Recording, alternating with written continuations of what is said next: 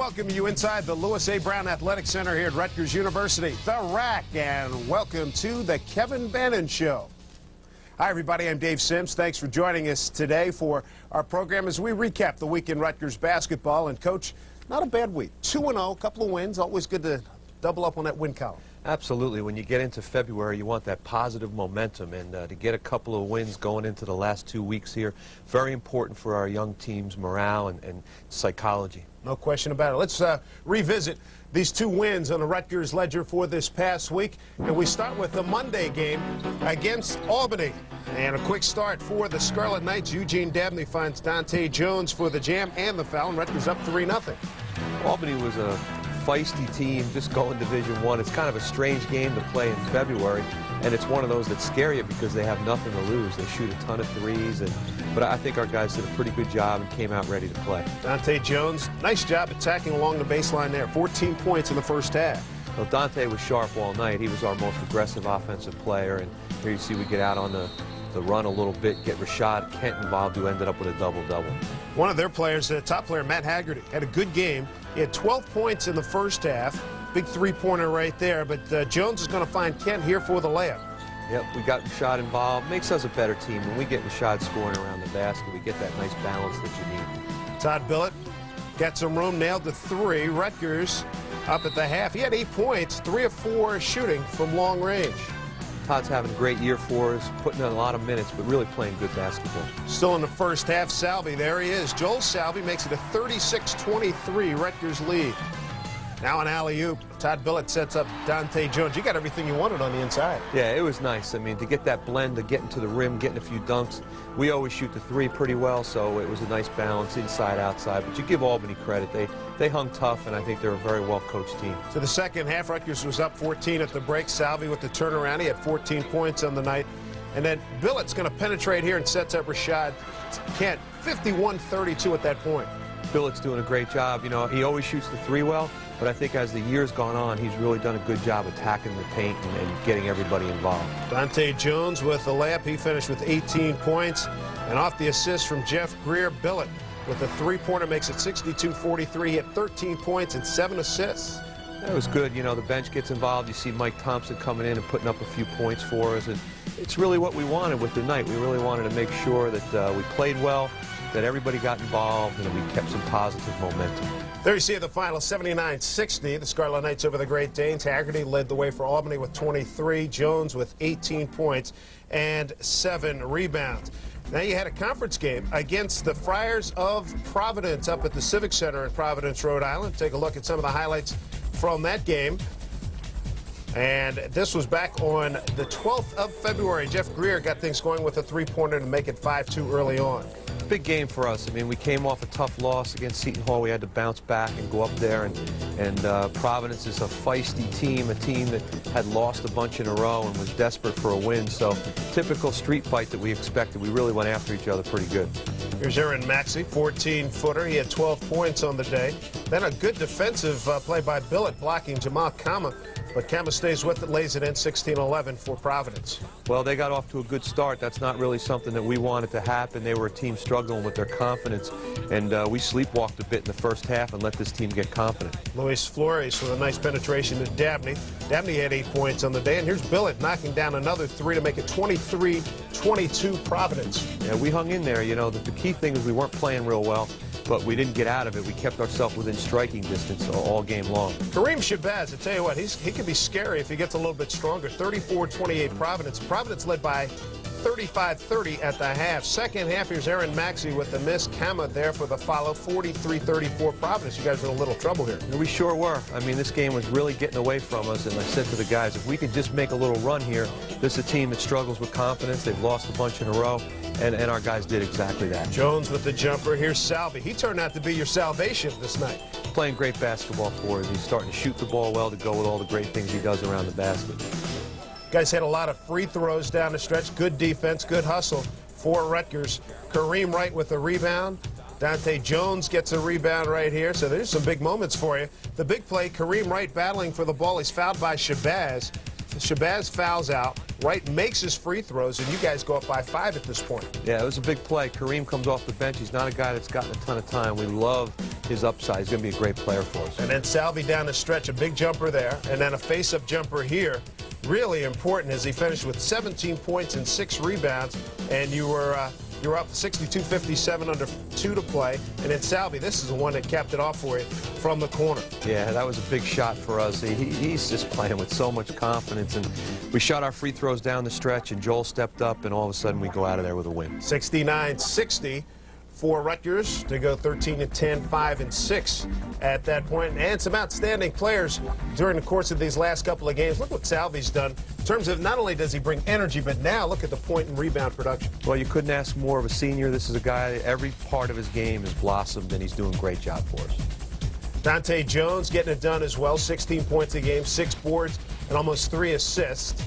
Todd Billett, 13 points, 5 assists, good shooting percentage, 9 of 16, and Rashad Kent doing a lot of damage against Albany, 15 and 12, 7 for 11 from the field. And Rashad Kent, good inside presence for you. I mean, it's a guy that everybody around the country is really taking notice of. Yeah, I mean, he's a young guy. He's a little up and down, but his upside is tremendous. He's a great athlete. He's a strong kid, and there's no question when we get him involved in our offense, we're a much better basketball team. All right, we'll take a look when we come back here in the Kevin Bannon Show. Take a look at the upcoming opponents, the Villanova Wildcats and the Hoyas of Georgetown after this timeout.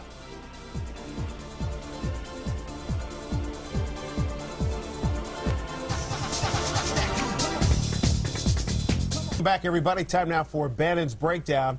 And we're going to go back to the old playbook, old-style basketball. You got to have this in your playbook, Coach. Got to have the old backdoor play, particularly in the Big East. People really get after you, and if you're not ready to relieve that pressure, then it's going to be a long night.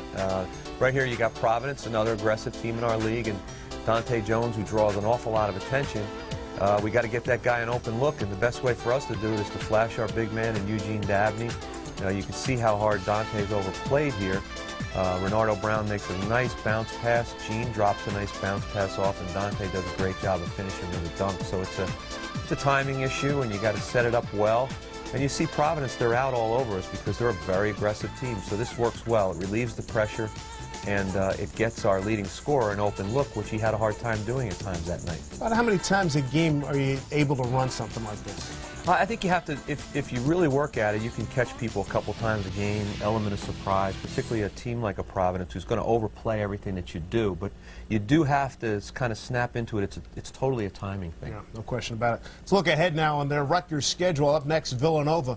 And the last time you saw the Wildcats, pretty good afternoon here at the Rack, a 70-66 win. And let's revisit some of the action in that one. Malik Allen is a guy that he leads the way for Villanova. Their whole offense starts through him. He's done a great job. He's gotten better every year, and he's looking more and more like an NBA center. He just has a great feel, great touch. And so we're going to have to try to keep him under control, particularly at home. He really plays well. Take a look at Brooks Sales, one of the top offensive rebounders in the Big East Conference. He had 10 points and 11 boards in that first meeting. They're very hard to play when they're getting that much production from their 4 and their 5. Look, when you double team Malik and he plays well, you're in trouble. There's Sales working hard, puts it up. He had 7 points, 4 rebounds in the first meeting. Now, Brian Lynch, here's a guy that you guys held down. He was one that had the 7 and 4 in the first meeting, but a good shooter can be lethal at times. He's played very well for the most part against Rutgers. He gets very charged up. I think he's a great player, and we're going to have to, again, at home, plays with a lot of confidence. We're going to have to really check him well. You won this game because of great passing, great plays like that, the Jones dunk, and here's Salvi, another big performance by Joel. Yeah, one of our better games, I really respect Villanova, and we just played at a high level that day and got a nice quality win. The other game you have coming up is Georgetown. That's coming up on Tuesday at the Rack. It'll be on ESPN2. And let's revisit that first meeting back on January 29th. Rutgers losing to Georgetown 71-55, and too much Ruben Boomche. 19 points, 10 boards in the first meeting. Yeah, I'm really not excited about watching this game on tape here.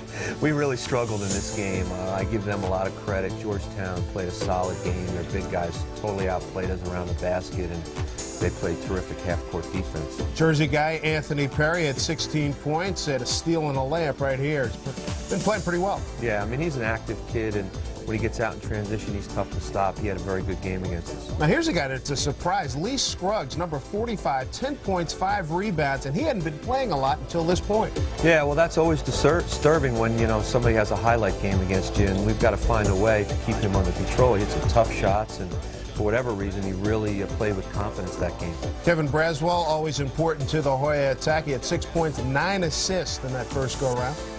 Well, it all goes through him. You know, he's a guy that can get 20-plus points on a given night. He breaks you down. He gets all the big people involved. So he's a guy that we really have to do a great job with. And it's getting late in the season. You're thinking tournament. These all now are must games. Oh, there's no question about it. I mean, you look at the records there on the screen, and everybody's just a game apart and so forth. And whoever can put together 2 weeks of good basketball is going to find themselves in great position. Right now, let's take a look at your keys, brought to you by N1 Apparel. Keys to the Villanova game. Well, around the basket with Allen and the rest of their crew there, we've got to do a good job with offensive rebound. Not always going to be able to score off our offense. Secondly, contain Malik inside and contain Medley outside. Medley stepped up and playing some good point guard for them.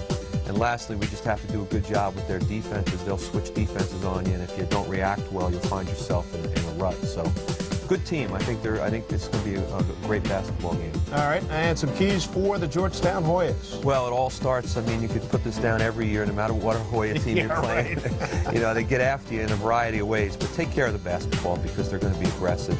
Go right out their front line. I think when they get you to change your shots, you really struggle scoring. So we got to do a good job. Go to the rim and get these guys in foul trouble. And then lastly, if we take care of the basketball, they won't get the easy baskets. They're a team that struggles sometimes scoring in the half court.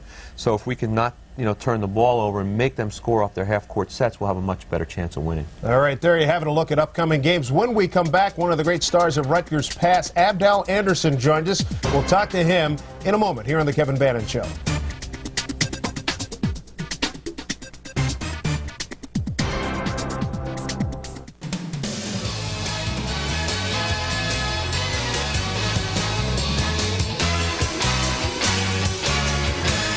Welcome back, everybody. I'm Dave Sims, and time to relive some of Rutgers' past glory in the game of basketball. And joining us right now is Abdel Anderson, a member of the 75-76 team that went 31-2, went to the Final Four down in Philadelphia. What a great campaign that was. And if I remember correctly, he wore number 54. Abdel, good to see you. Thank you. Same here.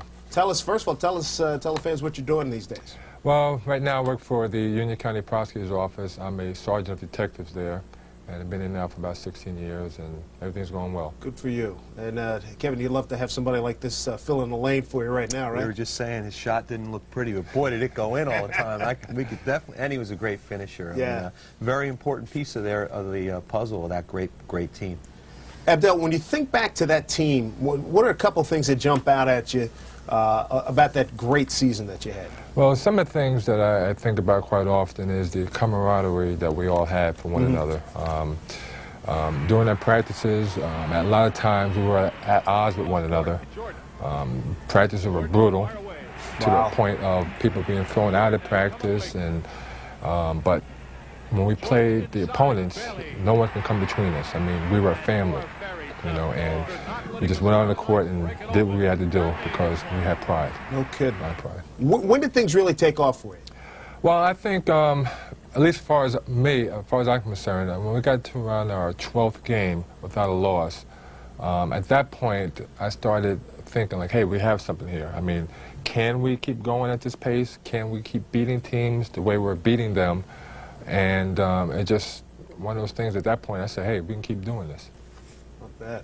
We were on the same all-county team together, Essex County, two powerhouses, right? Belleville and Verona. Oh, yeah. Oh, yeah. But it was a great time. So he looks better because he didn't go into coaching. I mean, look how young he is. That's exactly right. What a team. I mean, Mike Dabney, Phil Sellers, Eddie Jordan, James Bailey, Hollis Copeland, the starters, Abdel Anderson, Steve Heffley, and Jeff Kleinbaum off the bench. And Kleinbaum, you said, always came in to hit the 100th point, right? Oh, yeah. I believe he hit maybe around 6 or 7 100 points.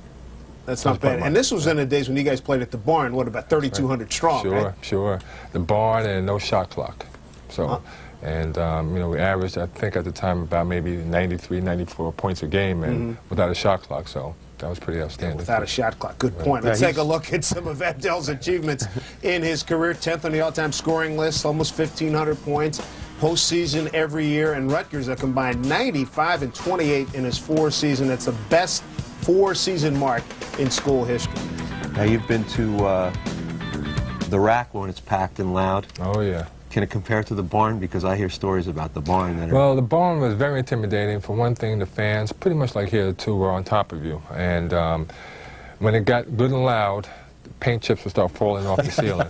I mean, it was very intimidating. That's amazing. You stay in touch with the guys? Sure. On occasion, I talked to Ed not too long ago, and some of the guys would get together periodically. They came into our locker room last year and spent some time with our team. Told stories, we watched tape. Our guys were amazed at the quality of play. Oh, yeah. Because, you know, guys today don't get impressed by very much. They think basketball was invented about 10 minutes ago, exactly. right? Well, they watched these guys run a few fast breaks, and it opened their eyes real wide. Yeah. All right, Abdel, thanks for joining us. Good to see you. You too. Take a look now at our Monster Slam of the week. And it is brought to you by MonsterSlam.com. And our Slam of the Week brought to you by Joel Salvi. Well, no surprise, Joel's playing great basketball for us right now. We get out on a break, Rashad Kent hits Dante. Dante makes a nice little look-away pass. And Joel, I think one of the best players in the league at running the court, comes down and his hustle pays off as he gets a chance to slam one down. He brings so many intangibles to your ball club. I mean, I think people around the league have really taken notice, especially with Joel Salvi, not only shooting the jumper now, but in addition to running the break and completing plays. He's a guy whose respect factor throughout the league has gone way up. He came into the league as a guy that people, I think, really thought was, questionable Big East talent. Now I think everybody in the league would want him on their team. He's by far the 6th man of the year as far as I'm concerned, and he's stepped up every single game. No question about it. We'll take a break, and when we come back, we'll take a trip around the Big East Conference here on the Kevin Bannon Show.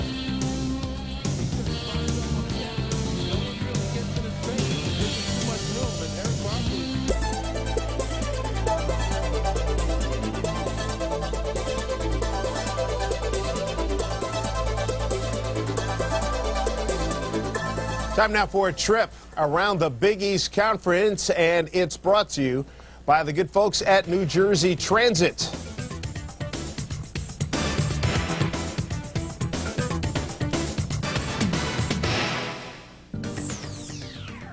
We start with Saturday, and Eric Barkley returned to the Red Storm of St. John's after 2-game suspension. He played huge. He had 16 points, 7 assists, including 2 big 3-pointers down the stretch to lead St. John's over Villanova.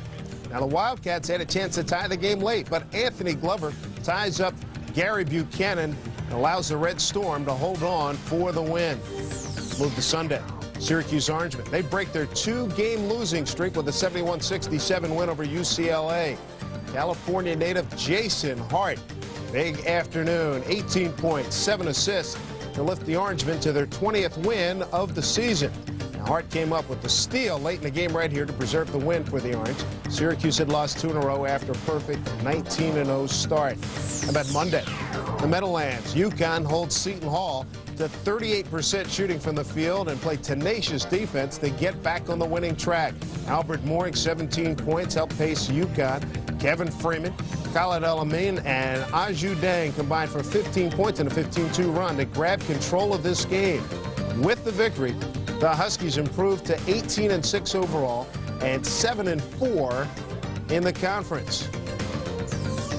Tuesday, in Chestnut Hill, Mass, the folks in Massachusetts got to see the LeVar Postel show. Postel poured in 24 points, 8 of 10 shooting, led the Red Storm over the Eagles. Postel takes control of the game down the stretch. Red Storm improved to 17-6, 9-3 in the Big East as they notched their 4th win in the conference. That's a look around the Big East Conference brought to you by New Jersey Transit. Heck of a finish now. A lot of big games now as we look ahead towards the NCAA tournament, the Big East tournament, of course. What are your thoughts going into the Big East tournament? Well, I think it's going to be one of the best tournaments we've had in a long time because I think very little separates any of the teams in the league from top to bottom. I don't think we have the elite teams that we've had the last couple of years. So I think even as someone like a Syracuse is very vulnerable going into this tournament. So get your tickets. I think it's going to be really, really exciting. Get there early and stay late. Let's take a look at the Big East standings, brought to you by Dunkin' Donuts. And Syracuse on top right now with the Hall right behind. St. John's, Miami, Connecticut. And how about Notre Dame with 2 wins over UConn? West Virginia, a little bit of a surprise at 5-6. Rutgers trying to get over the 500 mark. And then at the bottom, you've got Georgetown, Pittsburgh, Providence, and BC. So what do you think? Well, I think it's a key time. You know, you look at all those teams bunched together and you look at the schedules. You know, some people play much more difficult schedules than the other, but we're all doing the same thing. We're trying to get our teams to put this little run together going into the Big East tournament.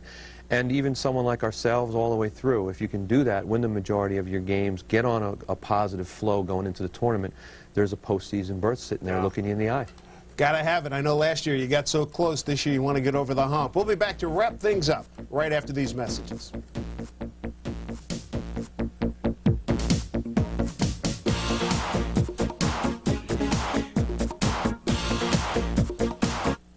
All right, people, what do you got? Back to the Kevin Bannon Show. I'm Dave Sims. Good to have you with us. And a reminder about what's coming up on the Rutgers schedule this week. The Scarlet Knights take on the Villanova Wildcats. That will be at the Pavilion. You can watch it on TV, Channel 9 at noon. And then the Georgetown game, that'll be here at the Rack on Tuesday, the 22nd of February. And this is a great time of the year, folks, as we head towards the Big East tournament, the NCAA tournament. Games that, you know, every game has, like, the importance, like, goes up incrementally. It's unbelievable. It's great for everyone, coaches, fans, players. I mean, this is the time of year that you play for, and we've got teams we're battling with. 1 away, 1 home, late February. It doesn't get any better. Yeah, you bet. Now, the Villanova club, they're in a similar situation to you in that they think that they can get to the NCAA tournament with some kind of a role here late in the season. Absolutely. I mean, we're all playing for the same thing. We've got a bunch of us, you know, sort of all in the same spot in the standings, and whoever can make that run has a legitimate chance. And then the Georgetown ball club, dangerous too, because, you know, they've done well against you. They bring that size, they bring that defense at you, and it's, you know, that is, they may not be a great basketball team, but you better be ready every time you tee it up. There's no question. You have to play at a high level offensively. You have to take care of the basketball, or they're going to sort of chew you up and spit you out. Yeah, no question about it. And looking ahead again to the NCAA tournament, you think Syracuse can get a #1 seed in the NCAA tournament? I really do. I think Syracuse certainly deserves that, and there's no reason to think that they won't close out in a positive fashion and represent the league with that #1 seed. All right, a quick reminder for you youngsters out there, some dates for the Kevin Bannon basketball camps. 4 great sessions. There you have it in April, June to July, and finishing up on August 3rd. And always a lot of fun for you on that. Absolutely. Warm weather, shorts, the kids. Can't even think about it right now, but we have a blast with it, and I'm sure the kids will love it. Good luck this week. Thank Good you. to see you again. That'll do it for the Kevin Bannon Show. I'm Dave Sims, and good luck to Rutgers basketball the rest of the season. We'll see you next time.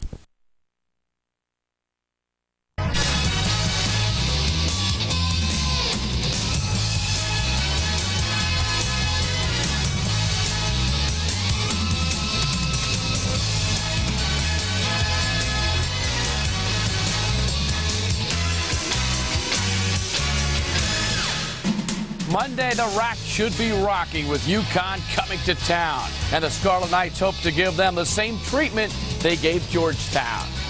Hoya Destroya. Hi, everybody. I'm Bruce Beck. Welcome to the Kevin Bannon Show. The Scarlet Knights of Rutgers took a bite out of Georgetown and took a big step towards a possible postseason bid with the victory the other night. A 17-point win on Tuesday over Georgetown. And, Kevin, it could not have come at a better time. Well, that's for sure, Bruce. At this time of year, you're fighting for the seeding for the Big East tournament, and you're fighting for postseason. Those are pretty important things, and I thought our guys stepped up big time. A tremendous second half by the Scarlet Knights of Rutgers. Let's go back to the ball game at the Rack, and Rutgers has played extremely well at home this year, 8-4 in their own house. Yeah, very important, you know, playing at home, play with confidence. This is a Georgetown team that really took us apart down on their court. And a lot of unselfish play early on and good aggressiveness. Yeah, I mean, we felt the aggressiveness part of it was so important. I mean, we had to run the court and get after these guys.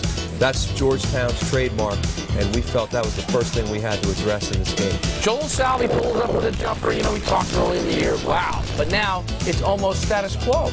Well, it is. I mean, it's good to see a senior playing with confidence, and it's also good to see him take another step forward as an offensive player. Tough assignment in this game going up against Boomche, who had 22 points and 10 boards. Well, we knew we weren't going to stop him. I mean, he's having a nice year, and they really looked to him. But we kept him pretty much under control, and I think we did a very good job on some of the perimeter play.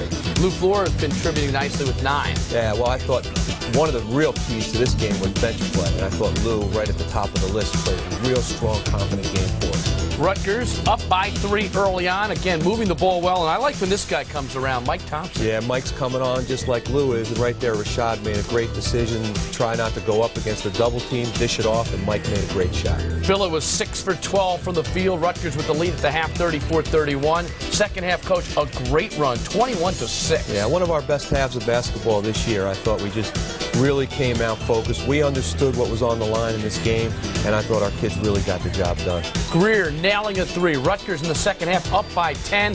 Billett 18 points, 5 assists. I thought he played one of his best games, if not his best game, in a Rutgers uniform. He looked nothing like a freshman. Great confidence, just did all the right things. And how about Greer's numbers? 22 points, 9 rebounds, 6 assists. Well, that's good to see because you know how important Jeff is to our team. Ooh! And there's Dante. And when you get Jeff hitting shots and Dante slashing like you just saw, we can play at a high level. What a tremendous dunk that was. Again, Rutgers on the offensive boards and everyone contributing. Well, that's it. You know, so many people contributed to this win at both ends of the court, and that's why we got it done against a tough Georgetown team. You know, every time they cut into your lead, you kind of responded. You found a way. Well, that's something that earlier in the year we weren't doing particularly well, and I just think there's been some growing pains, and it was good to see our kids step up and not allow them to make the game into a possession-by-possession contest. And you know they're going to do well on the offensive boards, Kevin. It's just try to minimize those second chances. Well, everybody has strengths, you know, and you know that's something they do well, but I thought we did enough of a job of rebounding and a great job in some other areas. 34-7, Rutgers wins on their bench scoring, and 30 for 36 from the free throw line, a 17-point victory. Now let's go back to the Villanova game. This on Sunday at the Pavilion, and Eugene Dabney getting into the flow here. Well, I like the way Eugene's playing. I mean, he's got a bad ankle. It's getting a little bit better, but I just love his activity. This is a kid with great promise. Early in the year, he struggled, but we've gone with him and stayed with him, and I think it's starting to pay off for him. You know, you had a good first half. You had a 7-point lead at one point, so things were going well early. I don't think we played a particularly bad game. I just think we ran into a pretty hot team that really plays well at home and always shoots the ball well at home. Luis Flores with the nice driving move here, and Rutgers goes up by 12, 21-9. What are you thinking, Coach? Well, I'm thinking I like the way we're playing, but we're playing a good team, and they're playing at home, and for whatever reason, every time we play Villanova, it seems to be a big-time game of spurts. And it's kind of a rivalry. You know, guys know each other. They see each other during the summer. Yeah, I think more than probably anybody, they've recruited New Jersey well, and we've stepped into that turf a little bit and stolen some ourselves, so it is a good rivalry. Greer buries the 3. Rutgers goes up by 8. Greer had 14 points, but Jermaine Medley, he hit a trifecta, and another one. Well, what you have to give them credit is they lost Bobby Smith, and you know they have the kind of depth for a kid to step up like that, and they're almost a better team because Medley can provide some scoring that Smith didn't provide. Nova up 5 at the half. Good move there by Rashad Kent. I thought Rashad had a very solid game for us. The thing with Rashad is staying out of foul trouble. He hasn't done that very well lately. When he has played, he's been productive. Billett had 20 in a game of runs. Greer 14 points, 7 rebounds, and it was back and forth, and right now it's just anybody's ball game. It definitely was anyone's ball game, and the spurts kept going back and forth. And then, unfortunately, I think, you know, the home team stepped up just a bit down the stretch. And it was their kids, the freshmen, Gary Buchanan knocking down a 3. Matthews also contributing. Well, that's, again, where you have to give him credit. I mean, we're out there trying to keep Malik Allen under control. We did that. Keep Lynch away from getting too many three-pointers. We did that. Better job on Medley in the second half. We did that. Some other kids stepped up. Good basketball team, and you got to give them credit. Great 360 move there by Buchanan. Also, Ricky Wright gave them 16 points. Rutgers hangs in there, down by 5 with 9 to play. And then Greer comes up and bangs a 3. And here you are. It's anybody's game again down the stretch. Right there knocking on the door, no question about it. All right, what are you looking for in terms of execution here defensively down the stretch? Well, that's it. I think they made some big plays, and they went to options 4, 5, and 6. And when that happens, you're going to have a hard time winning on someone else's court. And you're right about their depth. They had 7 players with 8 or more points. Nova made 20 free throws. You only made 8. And in the second half, they shot 56%.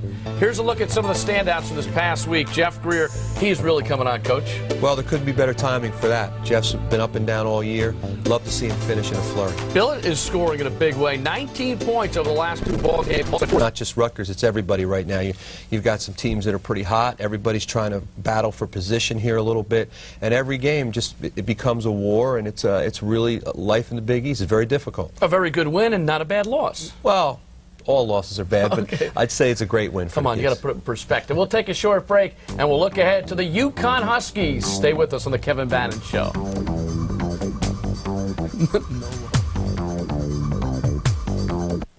Hi, a program everyone looks forward to. Bannon's Breakdown.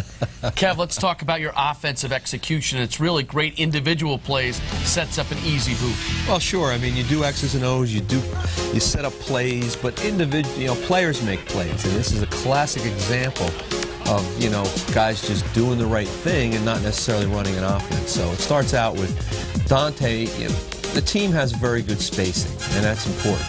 And Dante makes an individual move which breaks down the Georgetown defense. He makes a very good crossover, change of direction dribble, and it causes Georgetown's players to come out of their defensive stances and have to stop that move. Everybody else remains in good position, and Dante makes a very good pass to Lou Flores. So Lou's in a position right here. If that's a big man, perhaps that's a finish, but he's a guard, so he's worried about the trapping defense there, and he drops a gorgeous pass off to Joel Salvi, who does a good job of reading that his man has double teamed, and he goes in and makes a real strong finish for us. So, it starts out where the players run the offense, but because Dante makes a very good individual move, we get ourselves a chippy off of it. And it was really nice. That crossover dribble, you could talk about it, you could teach it, but that was absolutely textbook. All right, let's look ahead to the week coming up for the Scarlet Knights of Rutgers, and it begins with the Greer brothers going head-to-head. Rutgers taking on the Pittsburgh Panthers. And, Kevin, when these two guys play, it's always fun. Well, it is. It really makes it special. These guys are brothers. They both had fabulous careers, and everybody really looks forward to this matchup. And Ricardo Greer is averaging 18.2 points per game and 9.7 rebounds. He's having a fine season. He sure is. He's a fabulous player, multi-dimensional. What a warrior and a leader. I just love him. Chris Seabrook, sophomore forward. He's 6'9", Kevin. He's averaging 11.5 per game. I think he's one of the better low-post players in the league, and unfortunately, he's got an awful lot on his shoulders because of their lack of depth. But if he stays out of foul trouble, he can play with anybody. He's averaging a double-double the last 5 ball games. Jared Lockhart, kid out of New York from the Bronx, and he makes a lot of threes. He's got 49 of them. Yeah, he can really light it up, and he's very much a streak shooter as well. So this is a guy you've got to find in transition and even in the half court off Greer's penetration. From Mount St. Michael's. And here's the kid from New Jersey, Brandon Knight, brother of Brevin Knight. 8 points, 5.5 assists, 2.7 steals. I think he's having a great freshman year. He's very much emerged as a solid point guard in the league. He can set people up. He can score. He can defend. He's a fiery little guy. So I think he's having a great year. He had 24 against Georgetown in his last outing. And then it's Rutgers taking on the UConn Huskies here at the Rack. This building should be rocking at 7 o'clock, part of Big Monday, and that's this coming Monday. The Huskies have been struggling a little bit lately. Calhoun's troops have lost 4 of 6, but they still have Khalid El Amin, one of the best in the league. Well, they sure do. I mean, it all runs through him, and he's been a bit up and down, but he's a great player, and I think their talent's there. This is a team that's had a little problem with maybe their chemistry and some new players that they're trying to work in. But this is a team that's legitimately one of the top teams in the country when they're playing well. Albert Morey has made 40 of his last 69 threes. Yeah, he can really light it up. We've got another guy that's streaky, plays with great confidence, and he's a great ally of El Amin's, because what happens is he penetrates and he sits there and spots up.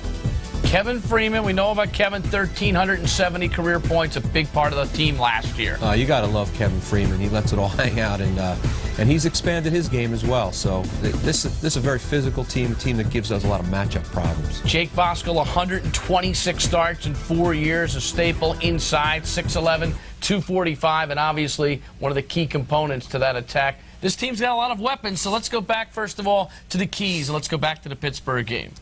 All right, well, with the Pittsburgh game, we've got to do a good job with our low-post offense because we feel like we can score around the basket a little bit and get that balance of inside-outside. Secondly, we got to do a good job on Ricardo. I mean, he's a guy that puts up double-doubles like unbelievable at an unbelievable pace. So do a good job on Ricky Greer. And then lastly, we just have to be aggressive. You know, we're on the road and just, you know, you're playing in a hostile environment. You know, let it all hang out and get our bench involved and just be aggressive. Against the Huskies, Kevin Keith, by the way, brought to you by N1 Apparel. Against the Huskies, just limit their backcourt looks. Great scorers in the backcourt. All right, number 2. And we've got to do a good job on the boards. We may not out-rebound this team, but, boy, we just can't get totally outclassed on the boards. And then lastly, just transition. I think that UConn year in and year out does as good a job as anybody at pushing the basketball and making you pay a price. Come on, that's 13 straight shows with transition defense one of the keys. Can't you get more creative? Hey, when you coach your 7th grade team, don't you think it's important to get back on defense? I tell them transition defense is the key. We'll take a short break. Fast Eddie Jordan will be our guest. Stay with us.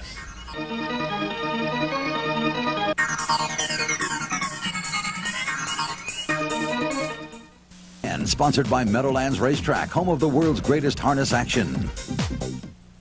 Bannon Show. What a pleasure to have with us right now. Fast Eddie Jordan, who played for the Scarlet Knights during that incredible era where Rutgers went to the Final Four in 1976. Now an assistant coach with the New Jersey Nets. And Eddie, good to see you. Nice to be back, Bruce. Is it true that when we were going over transition defense, you were saying to yourself, I do that every night when I'm talking to the Nets? Well, I prepare the team defensively, and on the whiteboard, we have 82 games, and the first thing I write is transition defense. And probably 40 different ways, you know, get back, sprint back, but certainly, number one, is you don't want to give up easy baskets. Well, when this guy was playing, you better play some transition defense. Absolutely. He can get the ball up the court. And he's the all-time steals leader at Rutgers. I know Rutgers, you have a special place in your heart for this institution. Not only did you play here, but you were a part-time assistant coach here. That's really where you started your second career, and you're always thinking about Rutgers, aren't you? Well, as you well know, I even have my son coming here next year, so that's how much I love it. My experiences here are lifelong, very special, and I'm glad to be close by. We have talked a lot about the golden era, that team that was so special. Can you talk about the excitement on campus and what it was like just to be around here during that time? Not only on campus, throughout the city of New Brunswick, the state of New Jersey. Terrific times. We were very exciting to watch, nationally known, and you know, people just liked the way we played. They watched us, and kids loved playing the way we played. Pressure defense and fast break offense. Look, he hasn't aged at all. No, he hasn't. He's gotten younger. That style is still very much in vogue today. When you talk about that team, you know, we've had a chance in the last couple of weeks to talk to Sellers, to talk to Dabney, to talk to Abdel Anderson. You guys seem to have a lot of respect for each other. Well, we pretty much stayed in the area. Most of us are still here in Central Jersey. James Bailey is the only one that's pretty much back and forth from New York to Atlanta with his job. But Mike Dabney is very close by, Abdel, Mark Conlon, Hollis Copeland, Phil Sellers. We're all staying in contact. I had a party when I moved in my new house in August, and all of them came.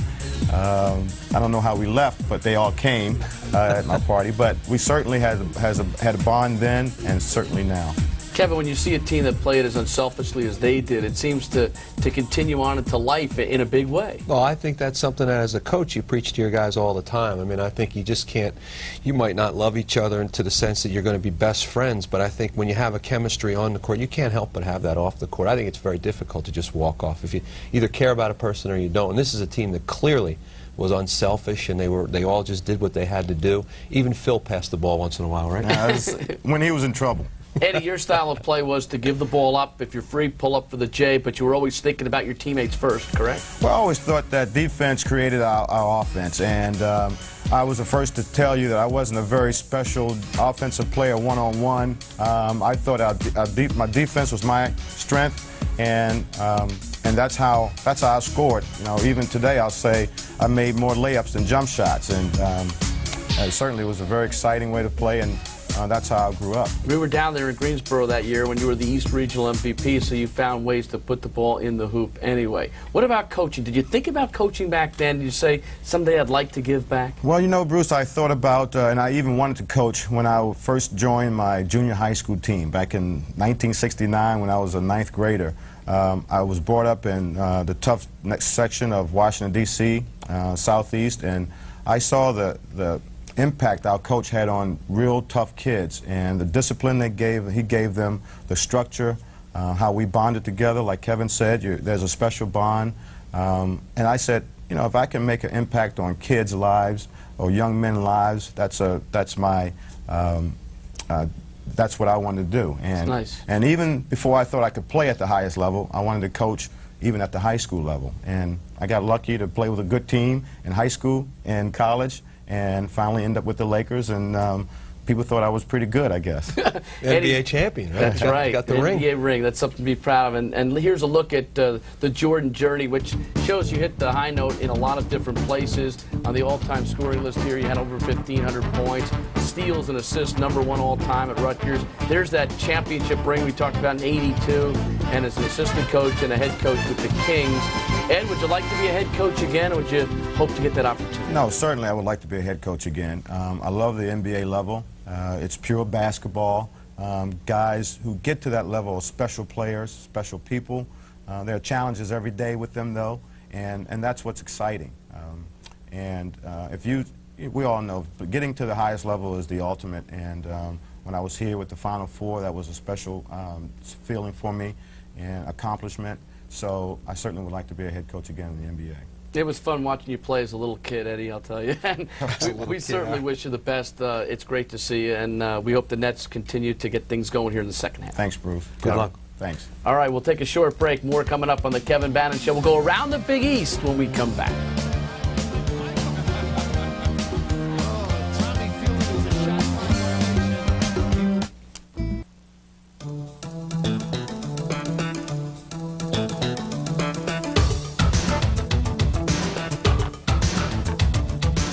Welcome back to the Kevin Bannon Show. Time for a look back at the dunk of the week, the Monster Slam. And Kevin, it's brought to you by MonsterSlam.com, your official online superstore for Rutgers merchandise. This one was a no-brainer. Well, this was a great individual move by Dante Jones. We talked earlier in the show about him developing his game and having that crossover. He crossed over, Boomche came over to rotate a little bit late. And you always want your players to take it strong, and Dante certainly did right there. I remember a big Starks jam at the Garden. That one was very much reminding of that one. MonsterSlam.com, what a slam it was by the man, Dante Jones. All right, time to go around the Big East Conference as we look back at the action from a week ago, and we start focusing on the Big East Tournament. It's brought to you by New Jersey Transit. Saturday, Miami visited the Huskies in stores, and the Canes opened the second half on an 11-2 run and seemed to make all the big plays when they needed to. Elton Tyler scored 22 points to pace Miami to their 16th win overall and their 9th in the conference. The loss marked the 5th for UConn in their last 11 contests and their 3rd at home this season. The Huskies dropped to 18-7 and 7-5 in conference play. Good win for the Canes. Elsewhere, the Irish and the Pirates went down to the wire at the Meadowlands. Notre Dame's Troy Murphy had 35 and 8 rebounds to help pace the Irish to a double-digit second-half lead. But the Pirates battled back, and when Remus Kaukanis' drive to the hoop came through, the game was tied at 74. With both the game and shot clock winding down, Matt Carroll launched a three-pointer that barely touched the rim and fell short. David Graves was Johnny on the spot, tossed in the rebound with less than a second remaining. The Pirates thought there might have been a shot clock violation, but the officials went to the videotape and confirmed they had the call right. 76-74 Irish. Meanwhile, another last-second battle taking place at Madison Square Garden. Bootsy Thornton scored 15 of his 22 in the second to help the Red Storm build a lead. But a Jason Hart layup and a Preston Shumpert free throw put the Orange on top by 1 late. Reggie Jesse then gathered up a wild shot by LeVar Postel, scored the eventual game-winning hoop with 24 seconds left. The Red Storm played some solid defense to hold on to the 76-75 win. On Monday, the Red Storm was back in action, and Mike Jarvis's crew put on a clinic. Postel, Bootsy Thornton, Eric Barkley all scored more than 20 and gave the folks at SportsCenter more than a few highlights to choose from. The win was Mike Jarvis's 300th of his career, 11th conference win for the Red Storm. And that's a look around the Big East.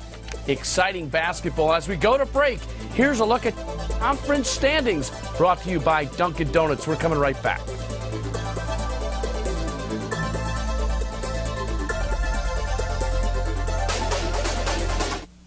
10 days of the regular season, and you're poised for good things here. We really have a chance. You want your team to be playing well at this time of year. I think we are, and I think if we can close out a little with a little nice run, momentum, good seed, you never know what can happen in the tournament. It's 60 degrees today, and it smells like spring, and that means the Kevin Bannon basketball camp is just around the corner.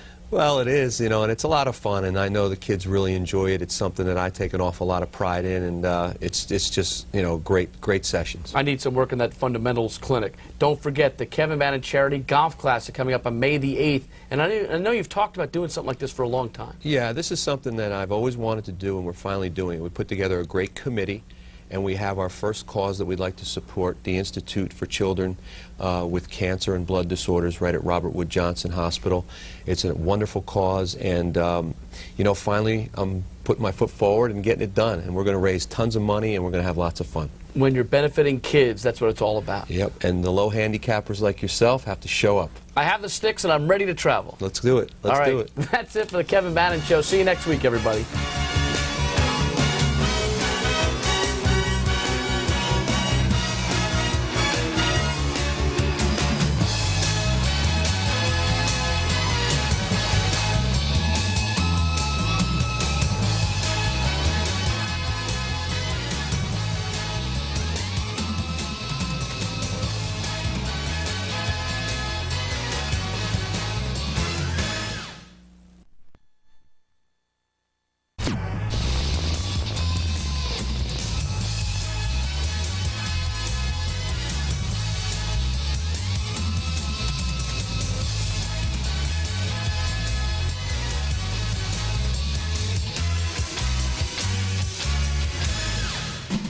We're inside the Rutgers Athletic Center in Piscataway, where hopes still run high for a postseason tournament bid. An NIT game could be played right here.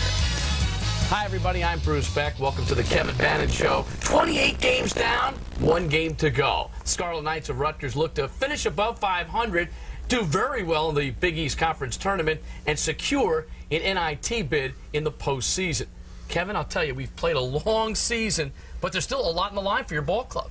Well, the whole season rides out there right now. I mean, you want to be the team that goes into the tournament hot. You want to accomplish some things in the Big East tournament, and you want to get yourselves into postseason. So you're really trying to get your team ready to just kind of get over the hump and try to be the team that makes a run. All right, let's go back to last week's ball game. Begin with the UConn Huskies at the rack. And Kevin, it was senior night, and Joel Salvi has had some kind of season. Well, it was really special to see the kind of response that everyone had to Joel's. It was just a great ovation and very well deserved. UConn, quick start of 15-7. Yeah, that was something that we didn't want to happen. Obviously, UConn came in and shot the ball well early and got into a comfort zone, and we were kind of running uphill from there, but we came back later. Dante Jones had a big night with 25, and he led the comeback. Yeah, Dante really played a super game for us. I mean, early in the game, it was getting away from us, and Dante made some big plays here in the lane and the three-pointer. I mean, really did some good things to keep us in the game. And it's good to see Rashad Kent early on being a contributor, 13 points, 7 rebounds. Yeah, Rashad was a presence around the basket, and for him to play without foul trouble was big. Billett had 3 threes early on. It was 32-21 UConn. Yep, still too much of a margin. Can't let a team like UConn get off to that kind of start and think you're going to come back. Nice ball movement here, Coach. Yeah, this is good. You got to get an inside-outside game going, and Rashad did a good job of posting up Bosco there. And once again, Rutgers looking, finding the open man. You like that unselfishness. Yeah, definitely. I mean, the ball movement was there. The penetration was there. This kid, Albert Mooring, was tough. He had 16. Well, that's a key. That guy's one of the best shooters in the league, and you've got to find him. And we didn't do a very good job in the first half. Every time he got open, he seemed to knock one down. It was 43-30 UConn at the break, but Rutgers cuts into that lead. Dante Jones hits a 3. Well, that was big. Coming out in the second half and making a run at these guys was our only chance to pull out this game, and I love the way our guys responded in the second half. And I like when Greer is popping from downtown. Well, that makes all the difference in the world. We did a good job with our inside game. Greer and Jones played well on the outside. This guy, Jake Vosco, gave you all sorts of problems. Well, the big physical teams are not good matchups for us right now, but we did a pretty good job of hanging in there. And there's the alley-oop executed nicely. Greer from Dante, and then off the turnover, Kent to Greer, and Rutgers cuts it to 51-49. Well, this was a great run right here. Our crowd really got into the game, and our kids really got out and ran well and gained a lot of confidence. Billett with another three, and he looks confident sometimes, and when he does, I think that ball's going in. Every time, you know, when he's set, it looks like he's going to make it. He's had some year, and I thought he played a superb floor game against El Amin. What a marvelous play that was, and it started with the defense. Yep. Right off the defense, got out and ran, and really fueled our comeback. There's Mooring's big three, makes it 66-61. Rutgers will not be denied, though. Dante Jones nails a three. It's 70-69. Yeah, and then one last chance, Coach. You're down by three. Final play, looking for something to happen off the inbound. Yeah, well, this is just a shame. I mean, we have the ball in here. We had a chance to tie it, and, you know, Todd didn't have a turnover the entire night, and it's just a great play by El Amin. He got his hands in there, got the ball loose, and it was a tough situation, and we had a play set up, and, you know, it's just a very good individual play by a very good player. 74-69 is the final. UConn shoots 55% from the field. Rutgers committed only 7 turnovers. The UConn Huskies now with 7 straight 20-win seasons. Let's go back to Saturday in Pittsburgh, and it was a battle of the Greers. It's always special when these two guys, Ricardo and Jeff, go head-to-head. Well, it's a unique story for college basketball. It's a great story, their families and what they've overcome. So it's always fun to see these guys get together. The pride of Washington Heights. Jared Lockhart had a big game for Pittsburgh. He was unconscious early on, and the Panthers jumped out to a 13-0 lead. Well, you know, it was our biggest nightmare, by far our worst effort of the season, and we just looked like we had cement shoes on the whole night. We just could not get it going, and you just have to give them credit. They came out ready to play. But after missing your first 11 shots, you started to find the range a little bit and chipped away. Well, luckily, I mean, the game was really getting away from us, and we found a way to kind of survive, to go in at the half, at least within scoring distance. I thought that Billett almost single-handedly kept you in the game. Yeah, he hit some big shots for us, and we tried to get our bench involved because, you know, at that point you're just reaching. You know, you just can't seem to get anything going, and you got to try to get some people involved and see if somebody can't pick you up a little bit. And Greer was the guy that started picking you up early in the second half. You were down 29-21 at the break, and suddenly you're within 2, and then you tie it at 29. It was a great job by our guys to, you know, sort of Jekyll and Hyde thing. We played so poorly, and then all of a sudden we came out and made a tremendous run. But, you know, Lockhart just was unconscious all day. 5 for 7 from downtown for Lockhart. Rutgers coming back, tying the ball game up at 34. Kent with the bucket and the foul. That was a big play right there. We got out in transition off our defense, much like the UConn game, and that really helped us get back in the game. And Billett doing a good job of Brandon Knight with the strip, and it leads to the dunk, and Rutgers has a lead all of a sudden. What are you thinking? Well, it was a crazy game. I mean, we're down 18-2. All of a sudden, we're up by 4 in the second half, and I really felt like we had turned the corner and we had everything that we needed to pull out the win. And here they go. They're hitting NBA threes, and it was just their night. This was the killer stretch, a 13-0 Pittsburgh run led by Lockhart, who had 30 points. Ricky Greer finally got going with 15, and all of a sudden, all the effort coming back in was kind of thrown out the window. Yep. I mean, we had some foul trouble down the stretch, and we had some turnovers, and these guys just got out in transition. And like I said, it was by far our worst effort of the year. 16 turnovers for Rutgers, 11 steals for Pittsburgh. The Panthers shoot 43% from the field. Rutgers shoots only 30%. So there's a look at the 2 ball games from the last week. A couple of the players that stood out. Dante Jones over the last couple ball games, Coach, 20-point average, shot 48% from the field. So he's scoring and he's back in the flow, I think. Well, that's important. You know, Dante's got his offensive confidence right now, which you want when you're going down the stretch. Rashad Kent, almost a double-double over the last 2 ball games. Todd Billett with 15 points, 4 assists, and 3 steals against Pittsburgh. And Jeff Greer against UConn, 12 points and 5 assists. So it was a difficult week, but, you know, both those ball games were winnable, fair to say? No question about it. We just put ourselves in bad positions where we had to come back, and we just didn't get it done down the stretch. All right, we'll take a short break, and coming up next, it's the Mountaineers again on the road. Stay with us.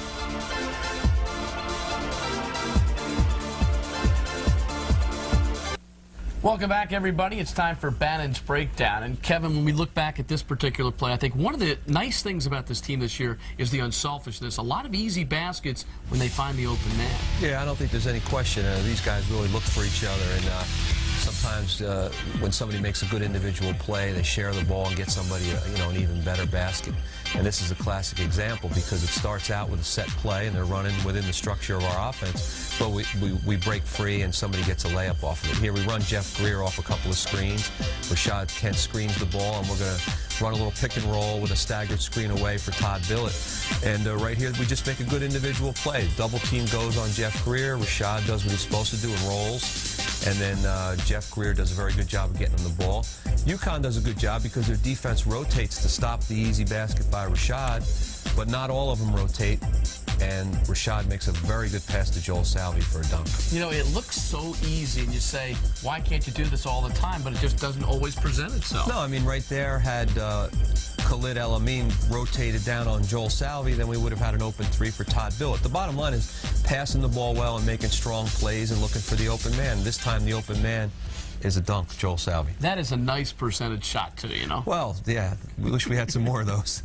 All right, let's look ahead to what's coming up for the Scarlet Knights of Rutgers. They close out the regular season with a trip to Wheeling, West Virginia to take on the Mountaineers. That ball game is noon this coming Saturday. West Virginia 13-13. Scarlet Knights looking to finish above 500 on the season. The first time these two teams met, it was West Virginia 62, Rutgers 60. Marcus Gurry had 16 points and 11 rebounds, Kev.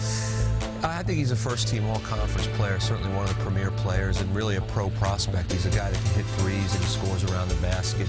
Just a real talented kid who's having a great year. Calvin Bowman had the big play late. He had 14 points and 4 rebounds, so you combine him with Marcus, and you got a couple of good players up there.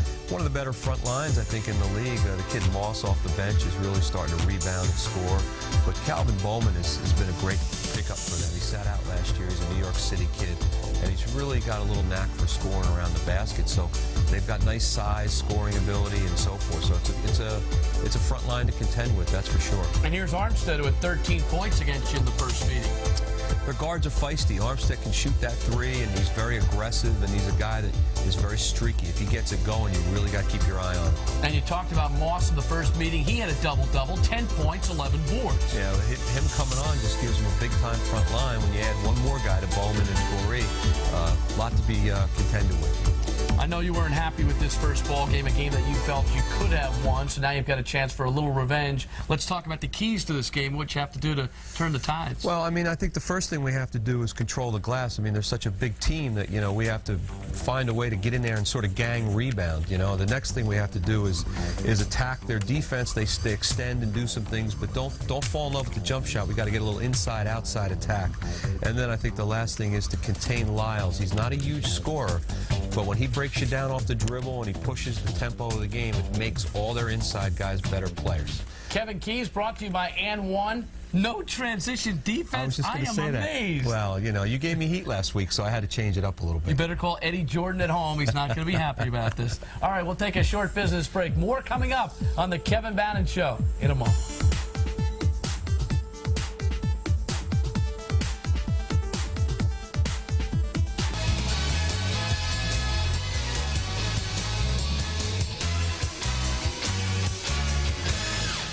Welcome back to the Kevin Bannon Show. You know, Kevin has talked about for a number of years having a tournament, a golf tournament during the summer, but I think he always waited for the right spot and the right situation. Well, there is one now, and it's coming up this spring, May the 8th at Forsgate, and it's going to be a wonderful outing for the Institute for Children with Cancer and Blood Disorders at Robert Wood Johnson. It's at the Banks course at Forsgate Country Club, and to talk a little bit more about the benefit is Michelle Mees, who's the Director of Development and Pediatrics, and it's wonderful to have you with us, Michelle. It's great to be here, Bruce. Thank you. Are you glad that Kevin is committing to this particular charity? I am so happy that Kevin is committing to this charity. It's really a worthwhile cause and much needed at the time. Basically, what we do is we supply support services to the families and the children suffering with cancer and blood disorders, non-medical needs.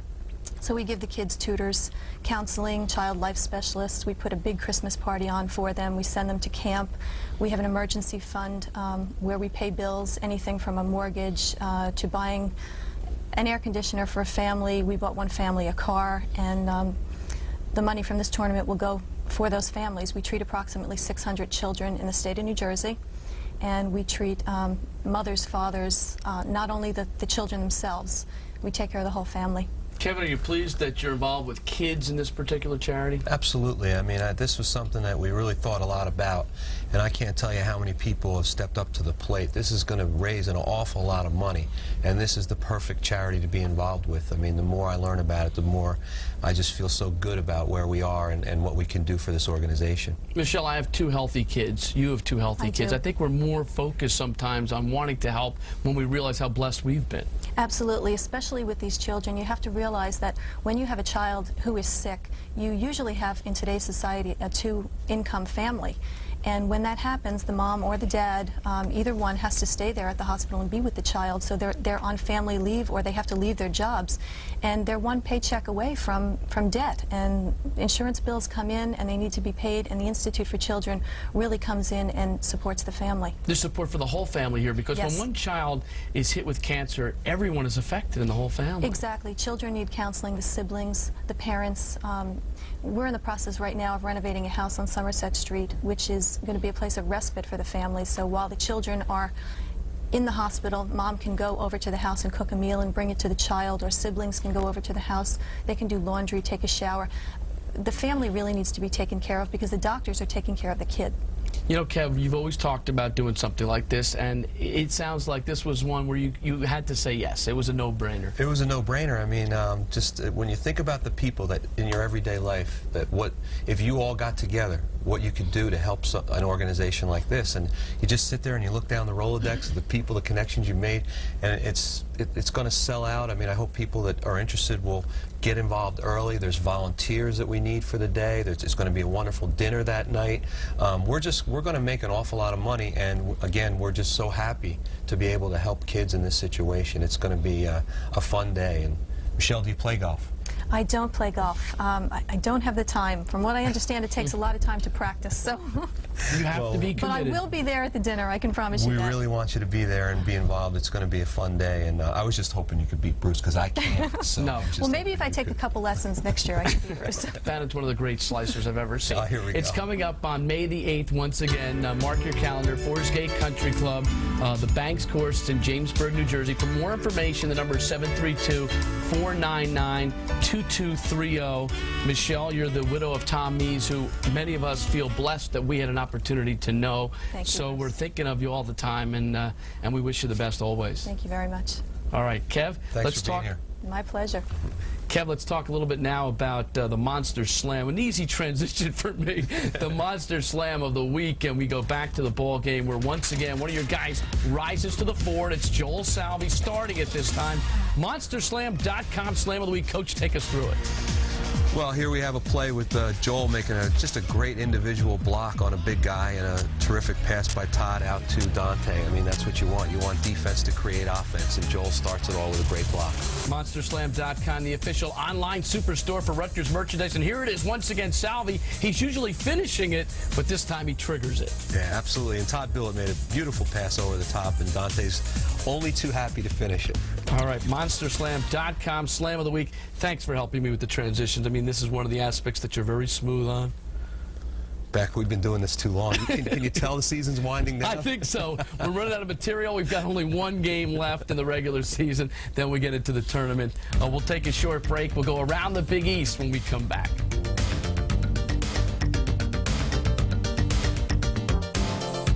Scarlet Knights of Rutgers continue to fire from downtown. Some nights they go in and it usually means a W, and other nights they struggle a little bit. But 159 for the year, that's a pretty good number. And remember, Tucker Anthony donating $50 to the RU General Scholarship Fund for each 3 made during the season. Kevin Jones is 36, Greer has 48, and Billett, the freshman, has 64. That's a lot. It really is. I mean, that's an important part of our arsenal, making threes. It makes us a better team, and it gives us a nice balance of inside-outside. But particularly for a freshman to come into our league and make 60-plus three-pointers, and the season's not even over yet, that's quite a statement. Absolutely. All right, it's time for our segment Around the Big East. With the Big East tournament looming large, it'll be at the Garden again. It was there in 1983, and it continues. This segment brought to you by New Jersey Transit. Saturday, the Red Storm blew into Durham, North Carolina to take on the second-ranked Duke Blue Devils. It was a classic. Bootsy Thornton hit an 18-foot jumper with 13 seconds left to put St. John's up by a score of 83-82. After a timeout, Chris Carrawell's 15-footer bounced off the rim and into the corner, and the St. John's Red Storm win a thriller 83-82 at Cameron. Meanwhile, with West Virginia down by 3, Tim Lyles got the old-fashioned three-point play to tie things up with UConn. Then with the Huskies down by 1 and time running out, Khalid El Amin went glass, time expires, and UConn 72-71 winners. Elsewhere Saturday, down the stretch in Miami, it was the Paul Coelho show. That's right, Paul Coelho. The unheralded sophomore guard made key plays late, including the steal and layup, and then this huge three with 3 minutes to go that put the Canes on top for good. Notre Dame had a chance to tie it at the buzzer, but Matt Carroll missed a three-pointer, and Miami held on for the victory. Sunday, it was senior day at the Carrier Dome. Jason Hart put on a show in the second half. He scored all of his 15 points in the second stanza to lead the Orangemen to their 23rd victory of the season. The crowd of 31,009, the largest on-campus crowd in the country this season, turned out for the farewell to the seniors, Hart, Eton Thomas, Ryan Blackwell. Tuesday, the Hall traveled to the Garden to face red-hot St. John's. Bootsy Thornton scored 28 to pace the Red Storm to the 66-60 victory. It was their 8th in a row. That means they did not lose a game for the entire month of February. And that's a look around the Big East Conference. Kevin, it has been an exciting season, and right now you've got 3 or 4 teams up there that truly they believe can win the tournament, and there might be 3 or 4 other teams. Oh, I don't think there's any question that there's 3 or 4 other teams. I think it's a great league. The games in the Big East tournament, I think, are going to be fabulous. They always are, and there's no reason to think they won't be this year. You know, Syracuse, I take my hat off to them because after having that great start and then struggling briefly, they seem to have it all back and together. And then St. John's, you can't say enough about that team, you know, with the little depth that they have. Boy, have they gone a long way. It's going to be a great tournament. Syracuse is on top of the Big East standings. Let's take a look at the complete list as we go to break. And it's brought to you by Dunkin' Donuts. Stick around.